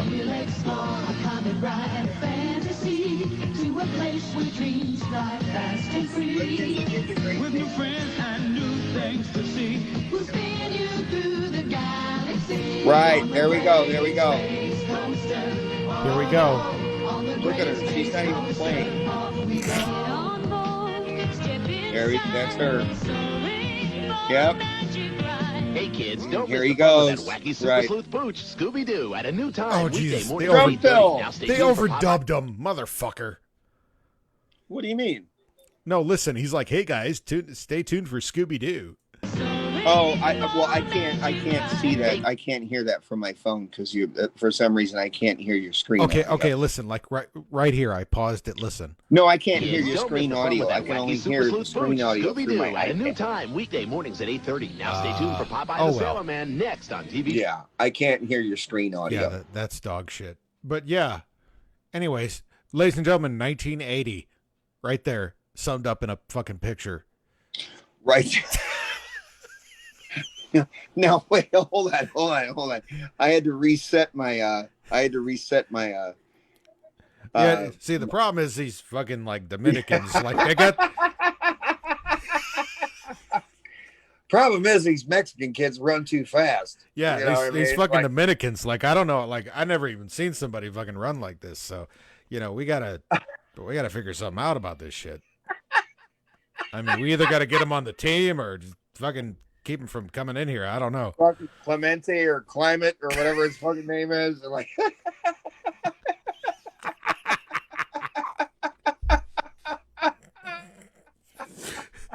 it's fucking Clemente or Climate, whatever his fucking name is. Oh God. You know, I wish these guys would stop being fucking retards and just fucking yeah. and then Harry has to be like, well, I agree with you. I guess I'll just hey. The funny thing about Harry Carey, I thought about this. I literally thought about this yesterday. Oh, I yeah. literally thought about this yesterday. So I was trimming my fucking beard, my sad ass beard. Yeah. 'Cause I have terrible facial hair. As brothers, we all have facial. We can't grow thick beards. We just can't do that. I was just to put out just for a second here. I was looking at myself in this camera with the lighting. Yeah. And I'm like, I lift my chin up and I'm like, why do I have this like dark, like Civil War era chops here? I'm like, everything is cut to the same length. And I realized that we're just pasty white guys. It's just the way it is. The facial hair on my cheeks is starting to gray, but the shit on my neck is not. So it looks like I'm all over the place. I hate it. Oh no, and that's the other thing too, is that like Just for Men is your friend. Yeah, You know what I mean? I'm gonna have to even it out with some Just for Men. Yeah. Yeah. Just for Men is your friend. If you use it conservatively, it is. If you use it liberally, then it's people are like, oh God, dude, Captain Obvious. You know what I mean? So, yeah, I think the proper use for Just for Men is just to even shit out. But yeah, otherwise you look like you G.I. have Joe. to use it conservatively. Yeah. And Mom said one time when I got on the video last year for the South Bend Cubs opening game, and she was like, your beard looks good. And I was like, I literally dyed my beard like so bad that day. Even Jen was like, what the hell? You know what I mean? So yeah, but either way, what were we talking about? The fucking casual racism from the 1980s for baseball. Yeah. So the thing is that like the best thing about Harry Carey is that when I was thinking about this while I was trimming my beard, for some reason it just popped into my head, is watching Harry Carey ever since I was a preteen till 25, 26. Yeah, easily. Is the best Harry Carey stories were, it started with, here's a guy. You know what I mean? It started always with that. Hey, here's a guy. And that's the John Campanera thing. It's like, I want a guy like this, fuzzy memories. I want a guy that's willing to go deeper than that. And I'd be like, I want to hear all like the like potentially like casually racist shit that like maybe Harry Carey has said. But do you remember when Harry Carey was so fucking bored? Like he was so fucking bored, like when the games were just like the worst games, it'd be like, you know, like the Cubs were losing like fucking 25-0 or whatever, you know what I mean? Or it would just be a slow game in general, that he would just like pronounce batters' names backwards. I never heard that. You remember that? I just know, like, you know, like he would like and Steve Stone, poor Steve Stone was next to him like, yeah, that's right, Harry. Yeah, okay. I just like when he would like randomly like just say a name of someone that maybe have been in the crowd. You know? Yeah. Mookie Wilson is in the crowd today. You know what I mean? Like, yeah, but the thing about Harry, no, he would always announce who was in the crowd. You know, he'd be like, he would totally be like, Florence Jefferson here today. That's all he would say. She's one of the good ones. No, yeah. Here today. He'd say, here today.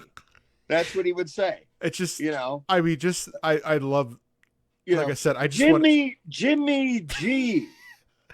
I just want to create, I just like now I but want to create there would always be a long pause, and he'd go like this. So there'd be a long pause, and he'd go, Jimmy G. You know, these like here today. You know, like, these... there would always be a long pause. He would always give like a 2-second pause, and he would say, "Here today." You know, what I mean? These. You know, these. I don't know what they are. They're like Aztecs. I don't know what kind of fucking like the blood they got in them, but they're really good at like running upstairs and. I'll shit. tell you what, they're Aztecs, or they got Mayan blood in them, or something like that. They can hit they can just fucking hit a ball and run. Like, I don't know what we got to do about these people. Yeah, but that's how Jimmy the Greek got fired. Remember Jimmy the Greek? Exactly. It's the same thing. Like, Jimmy the Greek got fired because he was like, well, that's in their blood. That's what they do. That's what they got from running from the fucking natives. You know what I mean? Like, he literally thought that way. That was like, no, that was that Bill Burr bit. He's like, these African Americans, they got this quick twitch fiber in their in their muscles. They just they just move faster. I don't know what to tell you. Jimmy the Greek got fired. Jimmy the Greek got fired like literally like years after our dad passed away. Yeah, I think like because he was like, that's in their blood. That's what they got from running in the jungle all those years. It's like, what in the fuck are you saying? And you know why Jimmy the Greek was on that network on the NFL on CBS with fucking Brett Musburger? Do you know why in the first place? Is because Jimmy the Greek was this guy that, like, sports betting, they would trust Jimmy the Greek. And he'd say, yeah, I give the Bengals a couple of points over the fucking Reds. You know what I mean? Like, that's what he would do. That was literally his job. Yeah, and if they would have just kept him off camera, off national television, he probably would have been fine. He would predict every NFL Sunday.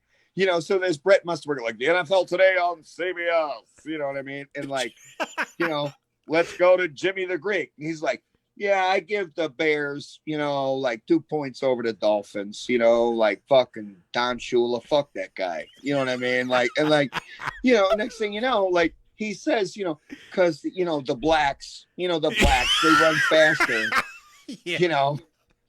it's almost like the boomers saying the blacks is way more offensive than anyone else. It is. It's all context and it's pronunciation. It's like the blacks. It's like what, oh my God. It's because I've witnessed it in person, and as have you. Well, no, it was that thing of it was that one thing that you showed me years ago when I was living on Lafayette Street, and you brought over that, and you brought over like a little home burned DVD of Always Sunny in Philadelphia. Yeah. And when they were interviewing all those people in the nursing homes, they're like, what's the one fear you have? And she was like, the blacks. I was like, that's exactly what I'm talking about. You know what I mean? Like, yeah. It's the silver-haired people, you know, that are now becoming the boomers. But they're just so disconnected, and I don't even think it's their fault, dude. No, there's no. I don't think there's genuinely. I don't think there's any malicious intent on their part. It's just how they think. All right, so here's this thing. All right, so I'll say this because Jen's not here. She's at a friend's house. So, so like Jen's mom, you know, she's circling the drain of what, like 77. You know, yeah. So, you know, in a few hours, I got to play at this gospel church. I know the songs, so I'm good. So, like, I don't have to, rehearse them or anything like that. Songs we've done before, and so, you know, this is like maybe like a couple of months back. You know, I was like, yeah, I got this job at a new church, and everything's good. You know, and she's like, "Are you at a gospel church?" And I'm like, yeah, that's kind of my thing. That's what I do. And she's like, is it mixed?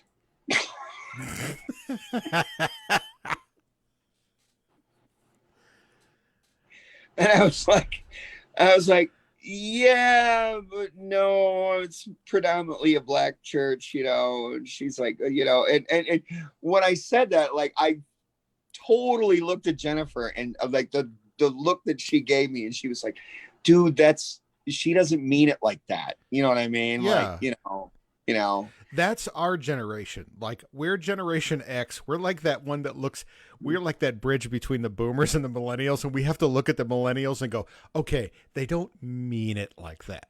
That's our whole job. No, we're the guidance counselors. Yeah. That's what we are. we're the generational guidance counselors. We totally are. Yeah. You know, we have to be like, whoa, slow your roll.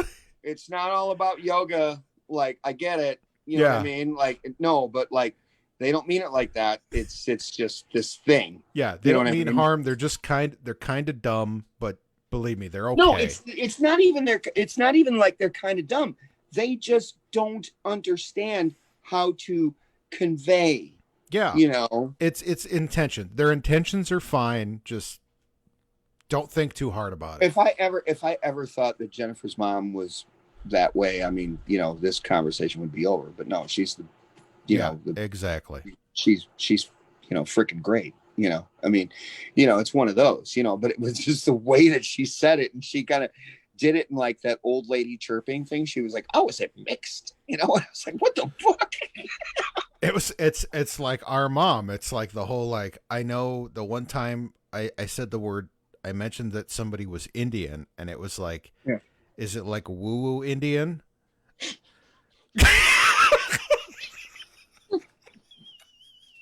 Mom said that? Yeah. And it was but see, that's funny. No hesitation. And she wasn't even trying to be funny. That's the thing. If she was trying to be funny, if she was like, kind of like, haha, no, just completely serious. Are you saying woo-woo Indian or like, you know, dot Indian? And it was like, holy shit! I think dot Indian is even worse. Yeah, dot Indian is even. I was like, or like gas station Indian or something like that. You know. And no, dot Indian. That's what you should probably go with that one. Yeah, that's and it's just like, okay, mom. Yeah, and it's. I know she doesn't mean. There's no malicious intent there, but it's like, please don't say that. No, there's no malintent. But the thing is that. The one thing about Gen Xers, or like with your case, you're Zennial or whatever, you know, I'm technically still Gen X, but yeah, I'm on the cusp. Yeah, but on that, well, you have enough cusp to in the years to where you can totally get it. You know what I mean? Well, but the thing is that with Gen Xers, it's like, I think it's fucking hilarious, and I don't know that I know precisely that they don't mean anything harmless about it. You know what I mean? Yeah. It's just like they grew up in this era. And I say this a lot to millennials. And this is something to think about. I say this a lot because in South Bend, I have done countless open mic nights over the past, 3 years with, millennials and all that type of stuff. And I booked these singer-songwriters that are very female, and they're very, very serious about their everything. You get what I'm saying? Yeah. So, it's like front porch music folk singer, female front porch music singer times 30. Okay. See what I'm saying? Yeah. Like they bring their own bands and shit. You know what I mean? And every song is thoroughly depressing about a relationship. You know what I mean? Like all that shit. You know, it's it's that way all the time. You know what I mean? Yeah. Or it's another song like, and this next song is about how I found myself after this relationship. You know what I mean? So you can't be funny at all. Yeah. You know, and the thing is that like when they say that this or that is very offensive, because I see their post on Bookface, and I always say, yeah, but this may not be funny in your era, but Dave Chappelle is funny to you. It's the exact same fucking thing. Yeah. Dave Chappelle is the Mel Brooks of the day. Yeah, he is. Yeah, I think currently right now he is what I would set as the Mel Brooks of today. Dave Chappelle learned how to make fun of people, but he also learned how to make fun of himself. Yeah. And he learned how to make fun of people that don't even realize they're being made fun of. Right, but he also made fun of himself. And when you make fun of yourself, then you're good. Yeah. You know what I mean? And that's the whole thing of like that self-deprecating humor, you know, like Woody Allen, you know, Mel Brooks. It's like you can make fun of everything, but as long as you make fun of yourself, you're okay. And he learned that because he was in fucking Robin Hood Men in Tights. He was in, you know, like he was in that movie. He had a lead role in that movie. You know what I mean? Because Mel Brooks was like, Jesus Christ, this dude's got it. You know what I mean? Oh, yeah. And so I always say that to these people, and I'm like, yeah, but you think this is so degrading, but it's not, because these people come from the Mel Brooks style of humor and you come from the Dave Chappelle era, which is basically saying the same thing, but just in different dialect as far as the decade. Okay, I gotta watch. Like Jay is commenting on my stream, but he must be like 2 hours behind. Why? What's he saying? He just because remember when I said that woman looked like Grace Jones, and he said not all black women who scare you are Grace Jones. And I'm like, dude, that was like 2 hours ago. Well, it clearly wasn't Grace Jones, because Grace Jones is clearly more dark skinned. I thought it was Grace Jones or Iman. Yeah, from That's a good point. You know what? David Bowie's. I would say this just to if you can scroll back and find it. If you can't, that's fine. I don't even remember where the fuck that was from. I would say I would be safe to say that it's either Jackie Kennedy or Iman, but my safe bet is Iman. I think it was Iman. I think my safe bet is Iman. And Iman is fine as shit. So yeah. She still who is. she was married to, dude? Yeah, she's married to Bowie. Yeah. Yeah. Bowie was fucking plugging that butthole all the time. All kinds of shit. That fucking picture. Do you know how you have to be married to David Bowie? That it's like this. Like I'm married to fucking Ziggy Stardust. I had the most fucking drug, sex, like everything has been in me. I literally had sex with Mick Jagger and Rod Stewart and all that shit, and all that stuff. And then all of a sudden, like, I'm just going to be married. You know what I mean? Like, can you imagine every time you had sex with David Bowie, it'd either be like straight sex, or it's like, okay, I'm inviting people over and we're going to have a fucking gangbang. Yeah. I'm inviting people over and there's going to be like probably Tupperware involved somehow. Yeah, and like clowns and shit. Yeah. Like, yeah. Yeah. Yeah. You know, and you know, or like mimes. No. Yeah. Like David Bowie has sex and he only gets off if there's mimes. Like there's no actual physical contact. They're just mimes acting it out. It's just, he's so beyond fucking that he just wants to mime the act. I suspect him and Prince were kind of on the same level in that regard. man, can you imagine how much ass Prince got? It's not even like I joked one time. I was like, Prince doesn't get pussy. Like the pussy gets Prince. Like, yeah, no, we know that, but at the same time, it's like he's probably done everything. Like I've had sex in a bathtub full of sour cream with Sheena Easton. Yeah. And so he's like, okay, I'm kind of done. Yeah. I mean, and honestly, who wouldn't? I'd do that now. I mean, like, Yeah, but she's like fucking 60. Yeah, and exactly. I'd still do that now. She probably still looks all right for 60. I don't know. But I mean, like, it's just the fact that, yeah, he was like every woman that you can think of that was in her prime at that Prince got to her. First. Prince was all over that and moved on it like a fly on fucking shit. Yeah. Yeah. I mean, what's her face from the Bangles? Well, that's a whole other topic altogether. Yeah, but I mean, like, he was all over No, that. that's a whole other topic altogether. And Okay. it's a rather unhealthy topic between me and my current girlfriend at the moment. Oh, really? Well, see, now you can't bring that up and not talk about it. Dude, no, I'll gladly bring it up. Okay. Because I will say this. And she knows this too. If she wasn't here, she would, and if she was here, she would say the same thing. She would be like, fucking whatever, and she'd slam the door. You know what I mean? Okay.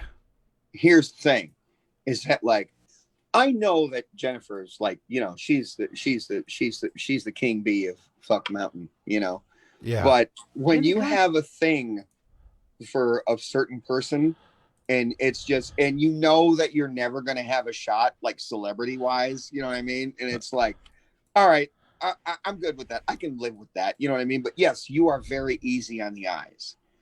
Susanna Hoffs is 60. Pull up her fucking face now. Okay, Susanna. And dude, she's got a fucking podcast going on right now because of COVID. It's, dude. Wait a minute. The podcast. Wait a minute. She's still a smoke show. Dude. Insane. Okay, wait. Insane. She's still a goddamn smoke. She looks like she's like 38. Dude, her podcast with her and John Taylor from Duran Duran, like he's in Birmingham, England, or wherever the fuck he is. You know what I mean? Yeah. But she's in LA. She's 60. Look at her. Yeah, dude. I just clicked on now, and there isn't a picture where I wouldn't give it a second thought. But here's where it gets weird. Yeah. All right. Here's where it gets weird. All right. With Prince. All right.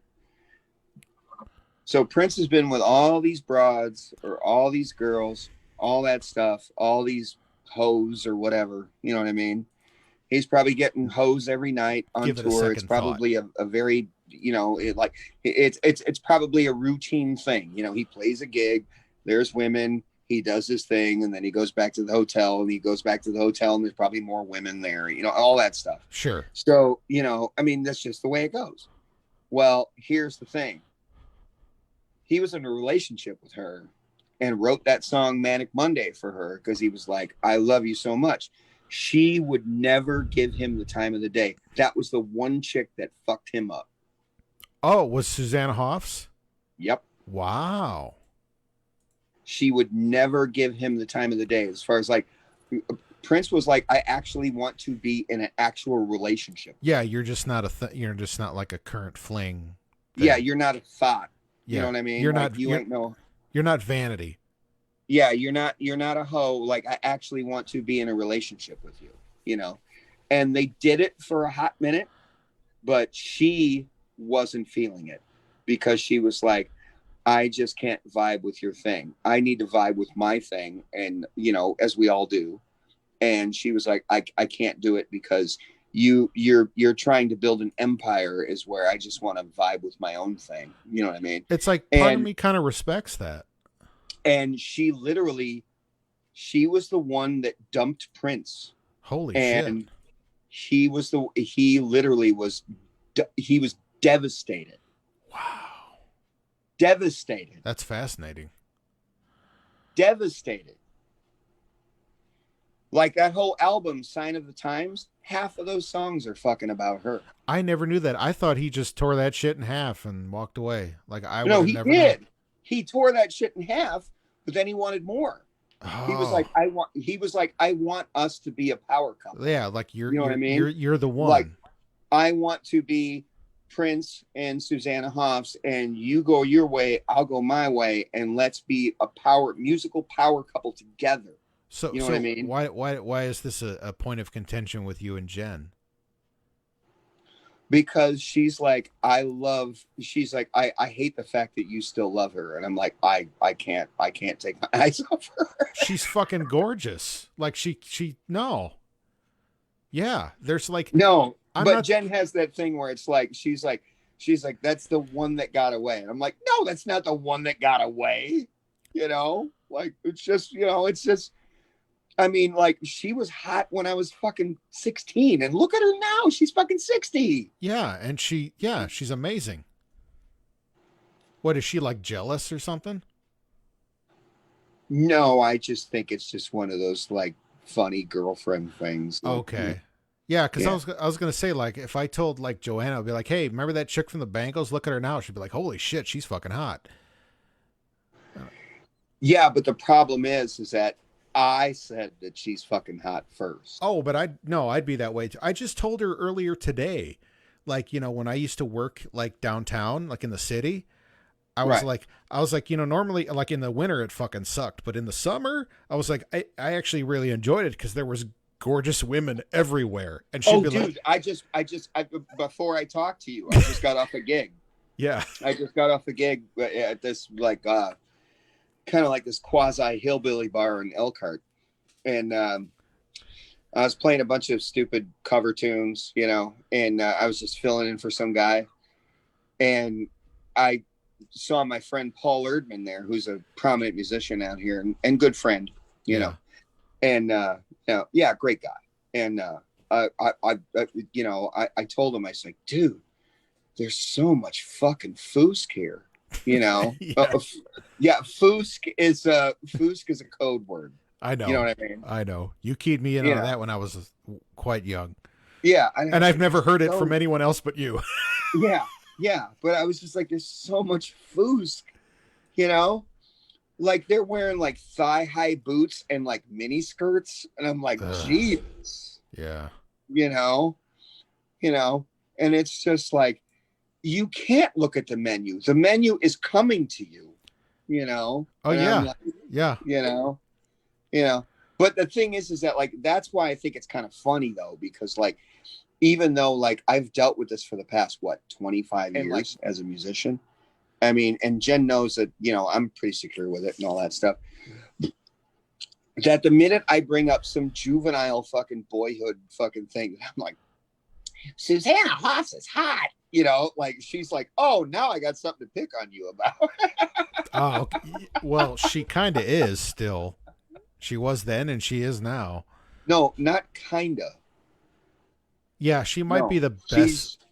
As far as someone that has, obviously she's taking care of herself, but at the same time, when you look at her in the now sense, I mean, there's no plastic surgery. There's no, nothing like that. I mean, she looks well and she's done well for herself. You know what I mean? I even see her like that way. And I'm just like, yeah, I kind of want to like champion your cause, and you're really cute. Well, it's like, it's not even like you're hot for your age. You're just hot. Yeah, but at the same time, though, it's really weird, though, because it's like in terms of like human nature, it's like when you see that someone that's so hot, they're obviously bangable, Yeah. And then at the same time, when you see someone that's just fucking cute, like she's kind of like the mix of both. Yeah, and usually, no wonder Prince got fucked up, man. Well, and the thing is like people like. This goes for guys and dudes, or guys and girls. Like when you're young, when you're cute, when you're young, a lot of times cute people don't age well. Like some Yeah. people who are Yeah, cute when they're that's a good young point. don't always age well, but yeah, she's the huge exception of that. Yeah, that's a good point. That's a good point. And not only that, but I mean, at the same time though, I've watched her podcasts with she basically what she does is she interviews musicians like from her era. Okay. You know what I mean? Yeah. That's So she does like John Taylor from Duran Duran, or she does like somebody from like Depeche Mode or something like that. You know what I mean? People from that era, you know, and they just sit and kind of COVID quarantine interview over Zoom or whatever. You know what I mean? And usually it's pretty, she always interviews people that take care of themselves well as well. You know what I mean? Like they're not, you know, spun out or, you know, drugged out or anything like that. And it's always like, it's just a very normal conversation, and it's just very comforting. And it's just like, yeah, it's good to see that these two people are doing well, you know? And you look at her house and you're like, Jesus Christ. Like it's just very normal, but at the same time, it's kind of extravagant. And she's married to like a real estate mogul in fucking LA, because that's what you do. Yeah. You know, exactly. That's what you do, you know. I mean, you know, if she's going to take care of herself well, she's going to be financially secure because she's keeping the house from the goddamn Bengals. Yeah. You know. Oh, man. And if she would have married Prince, then things would have happened differently. Exactly. Oh, You know. man, that's funny though. It's yeah. It's funny, yeah, because I've seen like some of the live streams that like John Taylor has done, and yeah, John. Oh, they're great. They're great. Yeah, he still looks pretty good, but like he just, if anything, he just got a little bit more British looking as he got older. Oh no, I think that's kind of like a rite of passage. Yeah. You know what I mean? Yeah, but otherwise You he's killing no, it. you just return to your Brit. Yeah. You know what I mean? Yeah, you were a kid and you sound like, oh damn, mommy. You know what I mean? And then when you're fucking like 8, you know, like yeah, and then you're 80, and then you're like, oh damn, mommy. Same thing. You know what I mean? You just kind of revert back to it. Yeah. But what's really cool about John Taylor is that when he started these quarantine live streams, he started playing his classic bass lines. Yeah. You know, and then it's like, oh, you know, that's good, you know. And then it's really comforting to know that like he never evolved after that. He just stayed John Taylor. Yeah. You know what I mean? It's like, you know, like musicians that I know that I've been, you know, like they always try to get better, and they usually do. You know what I mean? You know, they usually get better at their groove, they evolve, or they devolve to where they just want to play more simpler or whatever. You know, you see what I'm saying? Like Yeah. they always try and get better at something, you know, whether they get faster or whether they, you know, decide to be more mature and play slower, you know, that's fine. But John Taylor just fucking stayed John Taylor the whole fucking time. He didn't give a fuck. No, yeah, exactly. You know, he's like, yeah, I got this new song. He's like, no, I'm just fucking John Taylor. These are my bass lines. Fucking like it or not. You know what I mean? You know. Oh, hey man, he was, you know, And usually that's the way with Brits. Yeah. Is that the only British guy that I can tell that there's two British people that in the musician sense that it evolved. And once again, this comes from an esoteric jazz sensibility, and that is John McLaughlin and Ellen Holdsworth. You know, yeah, where they just were so, what do you call it, sociopathic about their thinking that they just, you know, they couldn't stop if they tried. You know, but you know, but with like people like Mark King and John Taylor and they just kind of stopped at a certain point, and they were like, yeah, I'm good. This is what I do. I think Mark King just kind of like became a little bit more well-rounded, but basically stayed the same. No, he clearly stayed the same, but I think he just accepted it. Yeah, I think he just got better at staying the same. That's what it was. He got way better at staying the same. Yeah. Yeah. You know, he got way better at staying the same. It's just like, yeah, like he wasn't so crazy triplet freaky. Yeah, look what I can do. You know, yeah, and he basically found out how to channel that. You know, and so did John Taylor. You know, I mean, so did John Taylor. Exactly with John Taylor. You know, one of the best bassists. You know, in our time. You know, as a matter of fact, I would say that in terms of pop music, John Taylor is right up there. Well, with, he was an early inspiration for you. I know that. Well, yeah, but what happens is that he was an early inspiration for me, as was Mark King. So what happens is that these pasty white British guys are copying off of what happened 10 years before that. So then when I got older, I started to rewind, and I was like, oh, so John Taylor was copying Bernard Edwards, and then Mark King was copying Stanley Clarke, and I will say though, like, yeah, all these guys from the 70s, you know, Stanley Clarke and Jocko and all this stuff, but I will say I think Mark King kind of still stands out, because you can still go back to him and be like, yeah, he's still pretty fucking good. Like, you know, I think he's still kind of stands the test of time. Well, there's a whole thing about bassists in the bassist community. You all right, Taco? All right. No, my cat's chasing a fucking fly. So, all right. Yeah, I mean, literally, like tomahawk, like I'm gonna kill this goddamn fly. Yeah, yeah. You saw that Facebook picture with him with a fucking grasshopper in his mouth. You know what I mean? So yeah, that's literally my cat right now.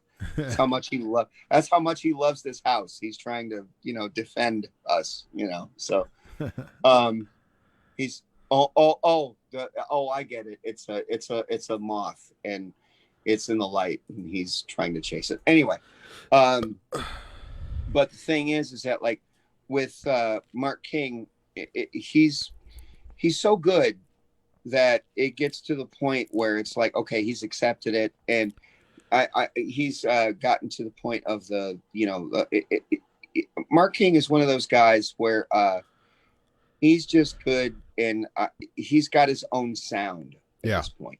Yeah, he's got his own sound, you know, and with any musician, that's what you want. Yeah.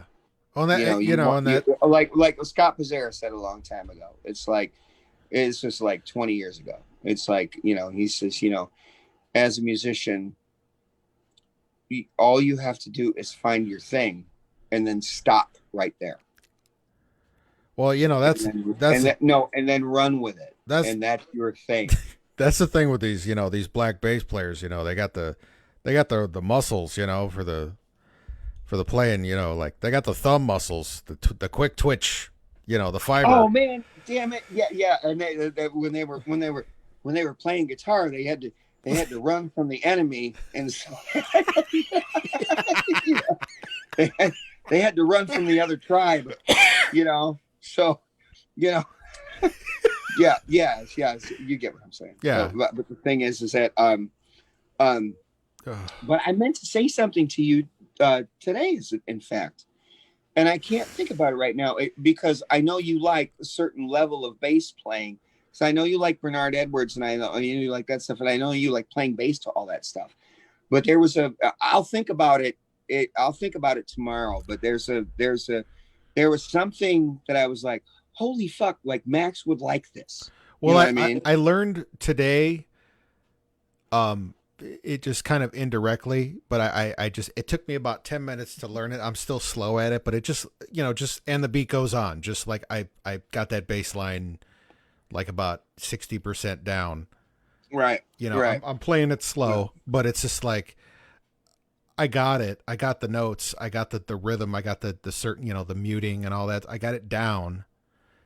It'll take a while, but I mean, like, I got it. And it's just like, yeah. And it makes you appreciate just the little subtleties of just a bass line like that. Fuck Leon Silver, man. Fuck Leon. Yeah. No, Leon Silver is one of the best, best bassists. And, didn't he play with a pick primarily too? Well, yeah, he played with a pick and he played with flat wounds. And, it's funny because like I go back and I listen to certain bass lines, especially while I'm biking. And I was doing something the other day. Oh, that's what it was. Jen and I were cleaning my studio because I had heave-hoed everything, you know, all the heavy stuff. Like I had moved all the equipment and furniture up there. It took like basically 2 days, you know. And then the following day, Jen was like, I want to come up there and clean. And I was like, okay, that's fine. You know what I mean? So she's up there like cleaning, putting all the essential oils all up in that shit, you know, like doing all that stuff, you know. And so I just put on some music. And one of the songs that I put on was Take That to the Bank by Shalimar. Yeah. And I was like, that is the quintessential Leon Silver, beautiful bass line. The A section, the B section, I mean, it's just gorgeous. You know what I mean? And I was like, that's how you play bass right there. Yeah. You know what I mean? Yeah.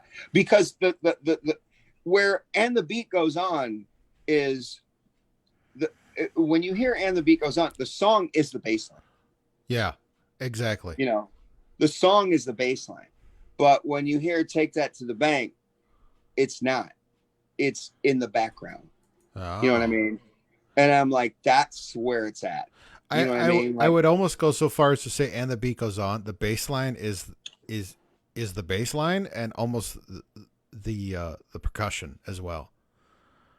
In a lot of ways. I don't know about that because I mean, it's a very percussive bass line. At the same time, it's pretty melodic too. It's a nice balance. But between the I two. think I think in terms of where I'm at, yeah, it's just a bass line and it's melodic and it's the fucking center of the song. Yeah. And I'll tell you what, in the better part of 6 hours, like I'm going to play with probably the best fucking like old school fucking drummer in South Bend. You know what I mean? And I could just go doom, doom, doom, doom, and he would literally sit down at the drum set and be like, no, keep going. You know what I mean? Like, you know, because he knows, you know, and that's the thing. And like, once you hear a bass line like that, it automatically makes you turn your head and move, you know, and be like, what the fuck? You know what I mean? But the thing is that like, but I've also done way newer school bass lines, you know, and where I play certain newer school bass lines and people like instantly turn their heads, you know. And that's the thing. It's like, you know, what, you know, a hook is a hook. And for bass players, you know, that's a good thing to have a hook. The other thing is the guitar line in that fucking song is pretty good too.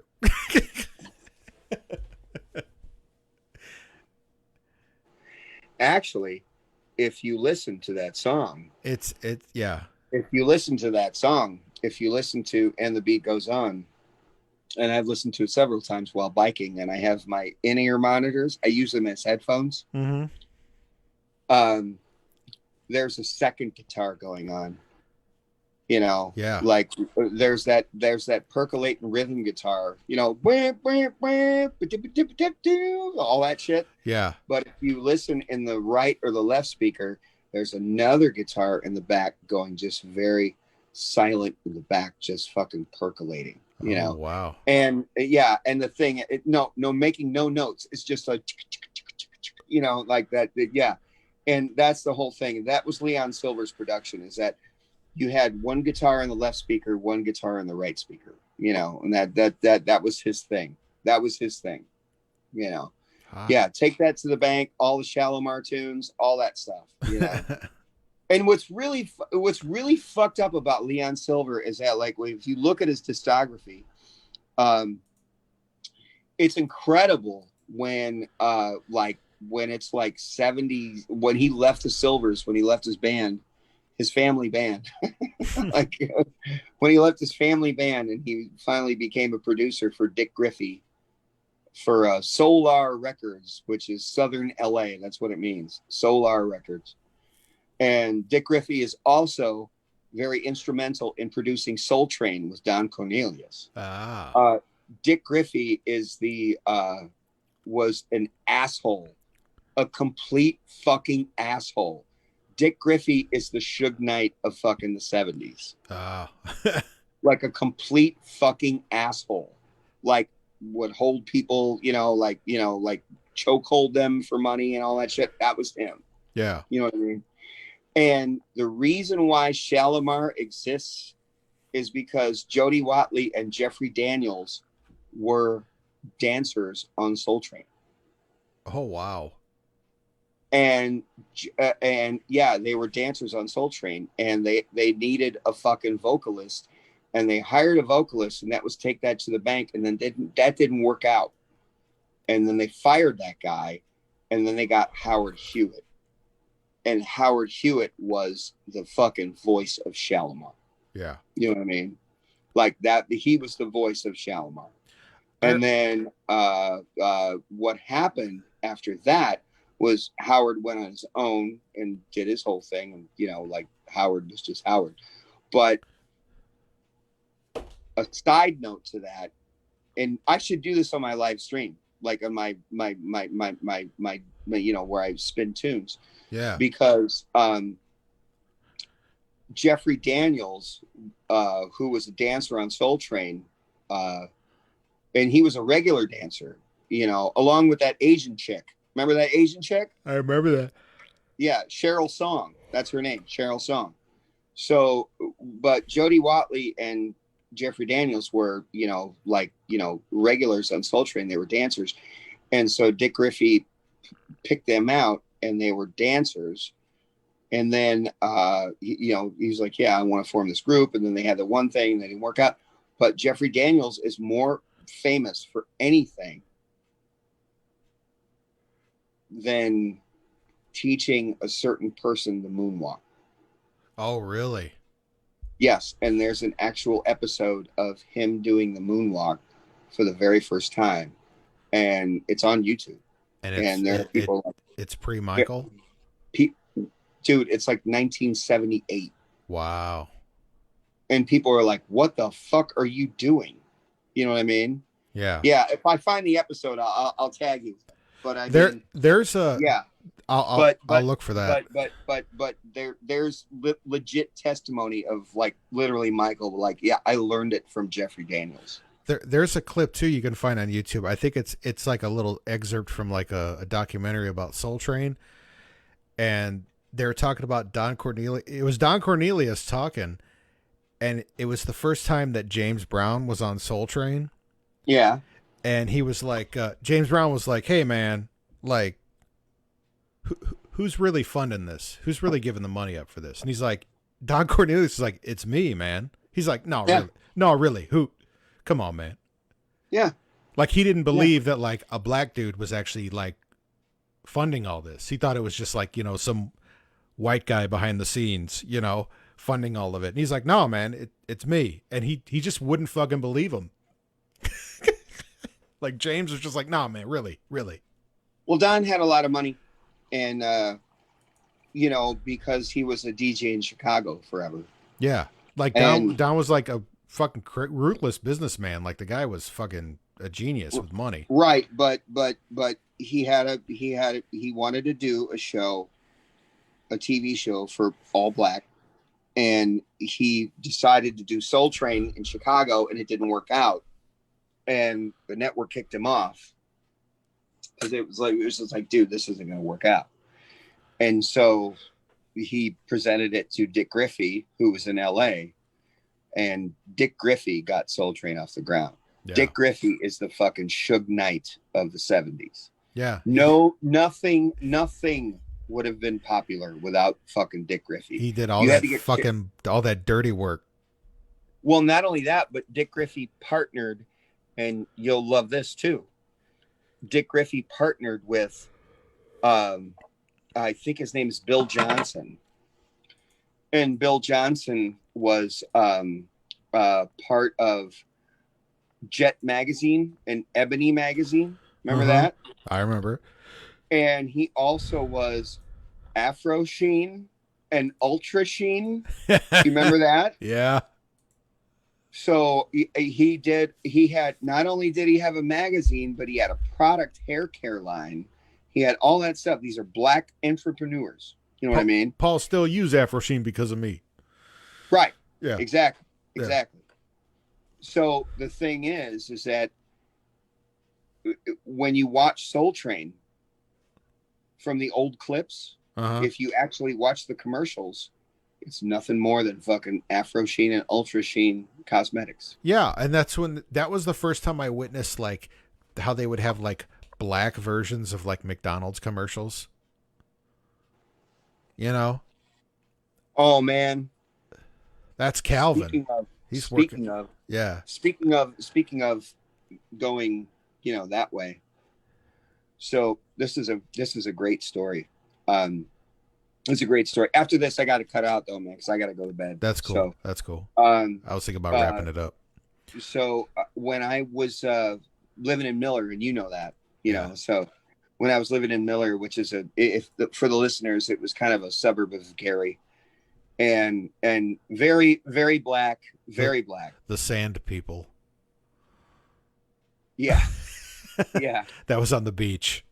I still in my final years, I want to be in my twilight years. I still want to be the sand people again. Yeah. Without the fips, I just want to be the sand people. You know what I mean? I love being the sand people. Like my goal is once Jen's kids are fucking out of the house. You know what I mean? Like we just take the animals and we just be the sand people again. You know what I mean?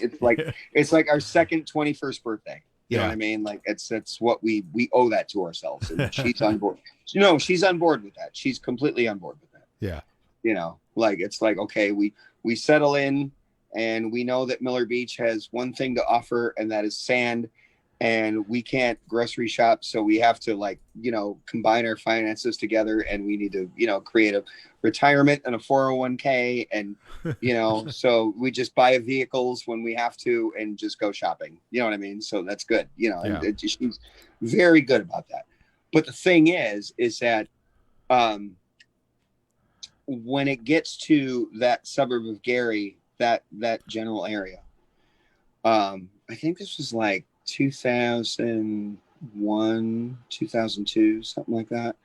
And I was married to my ex-wife at the time, and she had told me about this sign that she had passed. And I was like, get the fuck out of here. No way. And so I think maybe like 8 or 9 hours later, I was in the same car. She was at home, but I was doing some errands. And I saw that sign and I was like, get the fuck out of here. You know what I mean? Here's where it was. It was right above the McDonald's on Lake Street in Route 20 or whatever, right there at that intersection, that major intersection in Miller. And it was this huge fucking billboard. And it was this black guy, this little kid fucking smiling, holding a burger. And it said, getting jiggy at $1.99. God damn it. It said, getting jiggy at $1.99. Yeah. So that night, I had a gig. And I told one of my black friends, I told Lanny about it. Yeah. Because he lives in that neighborhood, And I said, did you see that billboard? I guess it's just little teenage black kid just holding a burger, smiling, all that grinning and all that bullshit. You know what I mean? And it just says, getting jiggy at $1.99, and he was like, man, they really think we're that fucking stupid. You know what I mean? Apparently they do.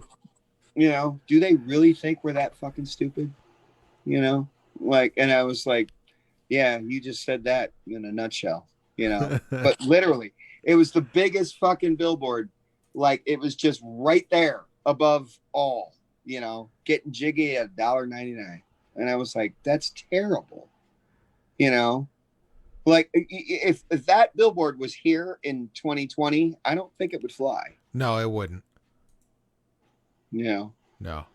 Getting Jiggy, because it was taking off the Will Smith.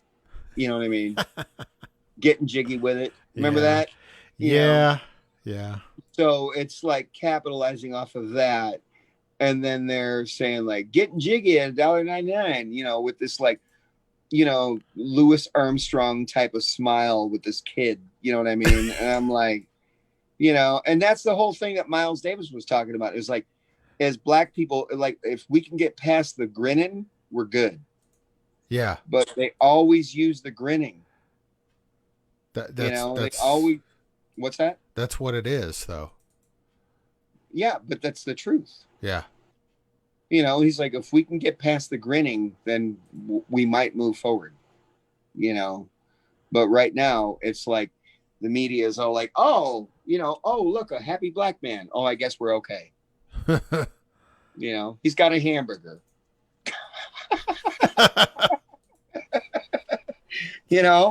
That's not good. That's not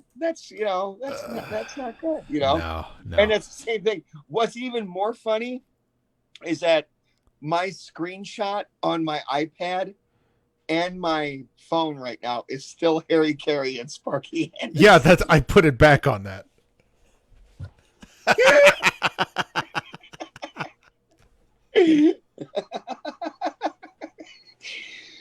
If you just give these black kids a hamburger, maybe they would just stop. You got to say it like blacks. If you just give these black kids a hamburger, maybe they just stop. Yeah, maybe they'll get jiggy with it. Yeah.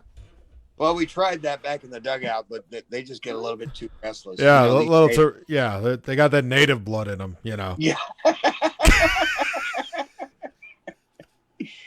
And more importantly, why do I have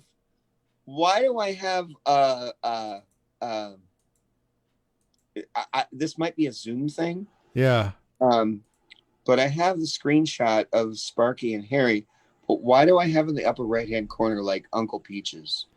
Well, because why do I have that guy? Because my webcam is currently being used by OBS, so it can't both be used by OBS and Zoom at the same time. So in other words, that's your de facto replacement. Yeah, that's my profile picture. So yeah, so your de facto replacement as far as technology, as far as doing that, is Uncle Peaches. It's not even Uncle Peaches. It's just some guy in transparent underwear. No, that's clearly Uncle Peaches. Well, the last time I posted this on Facebook, I got thrown in Facebook jail. So yeah, I remember that because there's a little bit of nut in that. Yeah. Yeah. Yeah. If I look really close, there's a little bit of hang.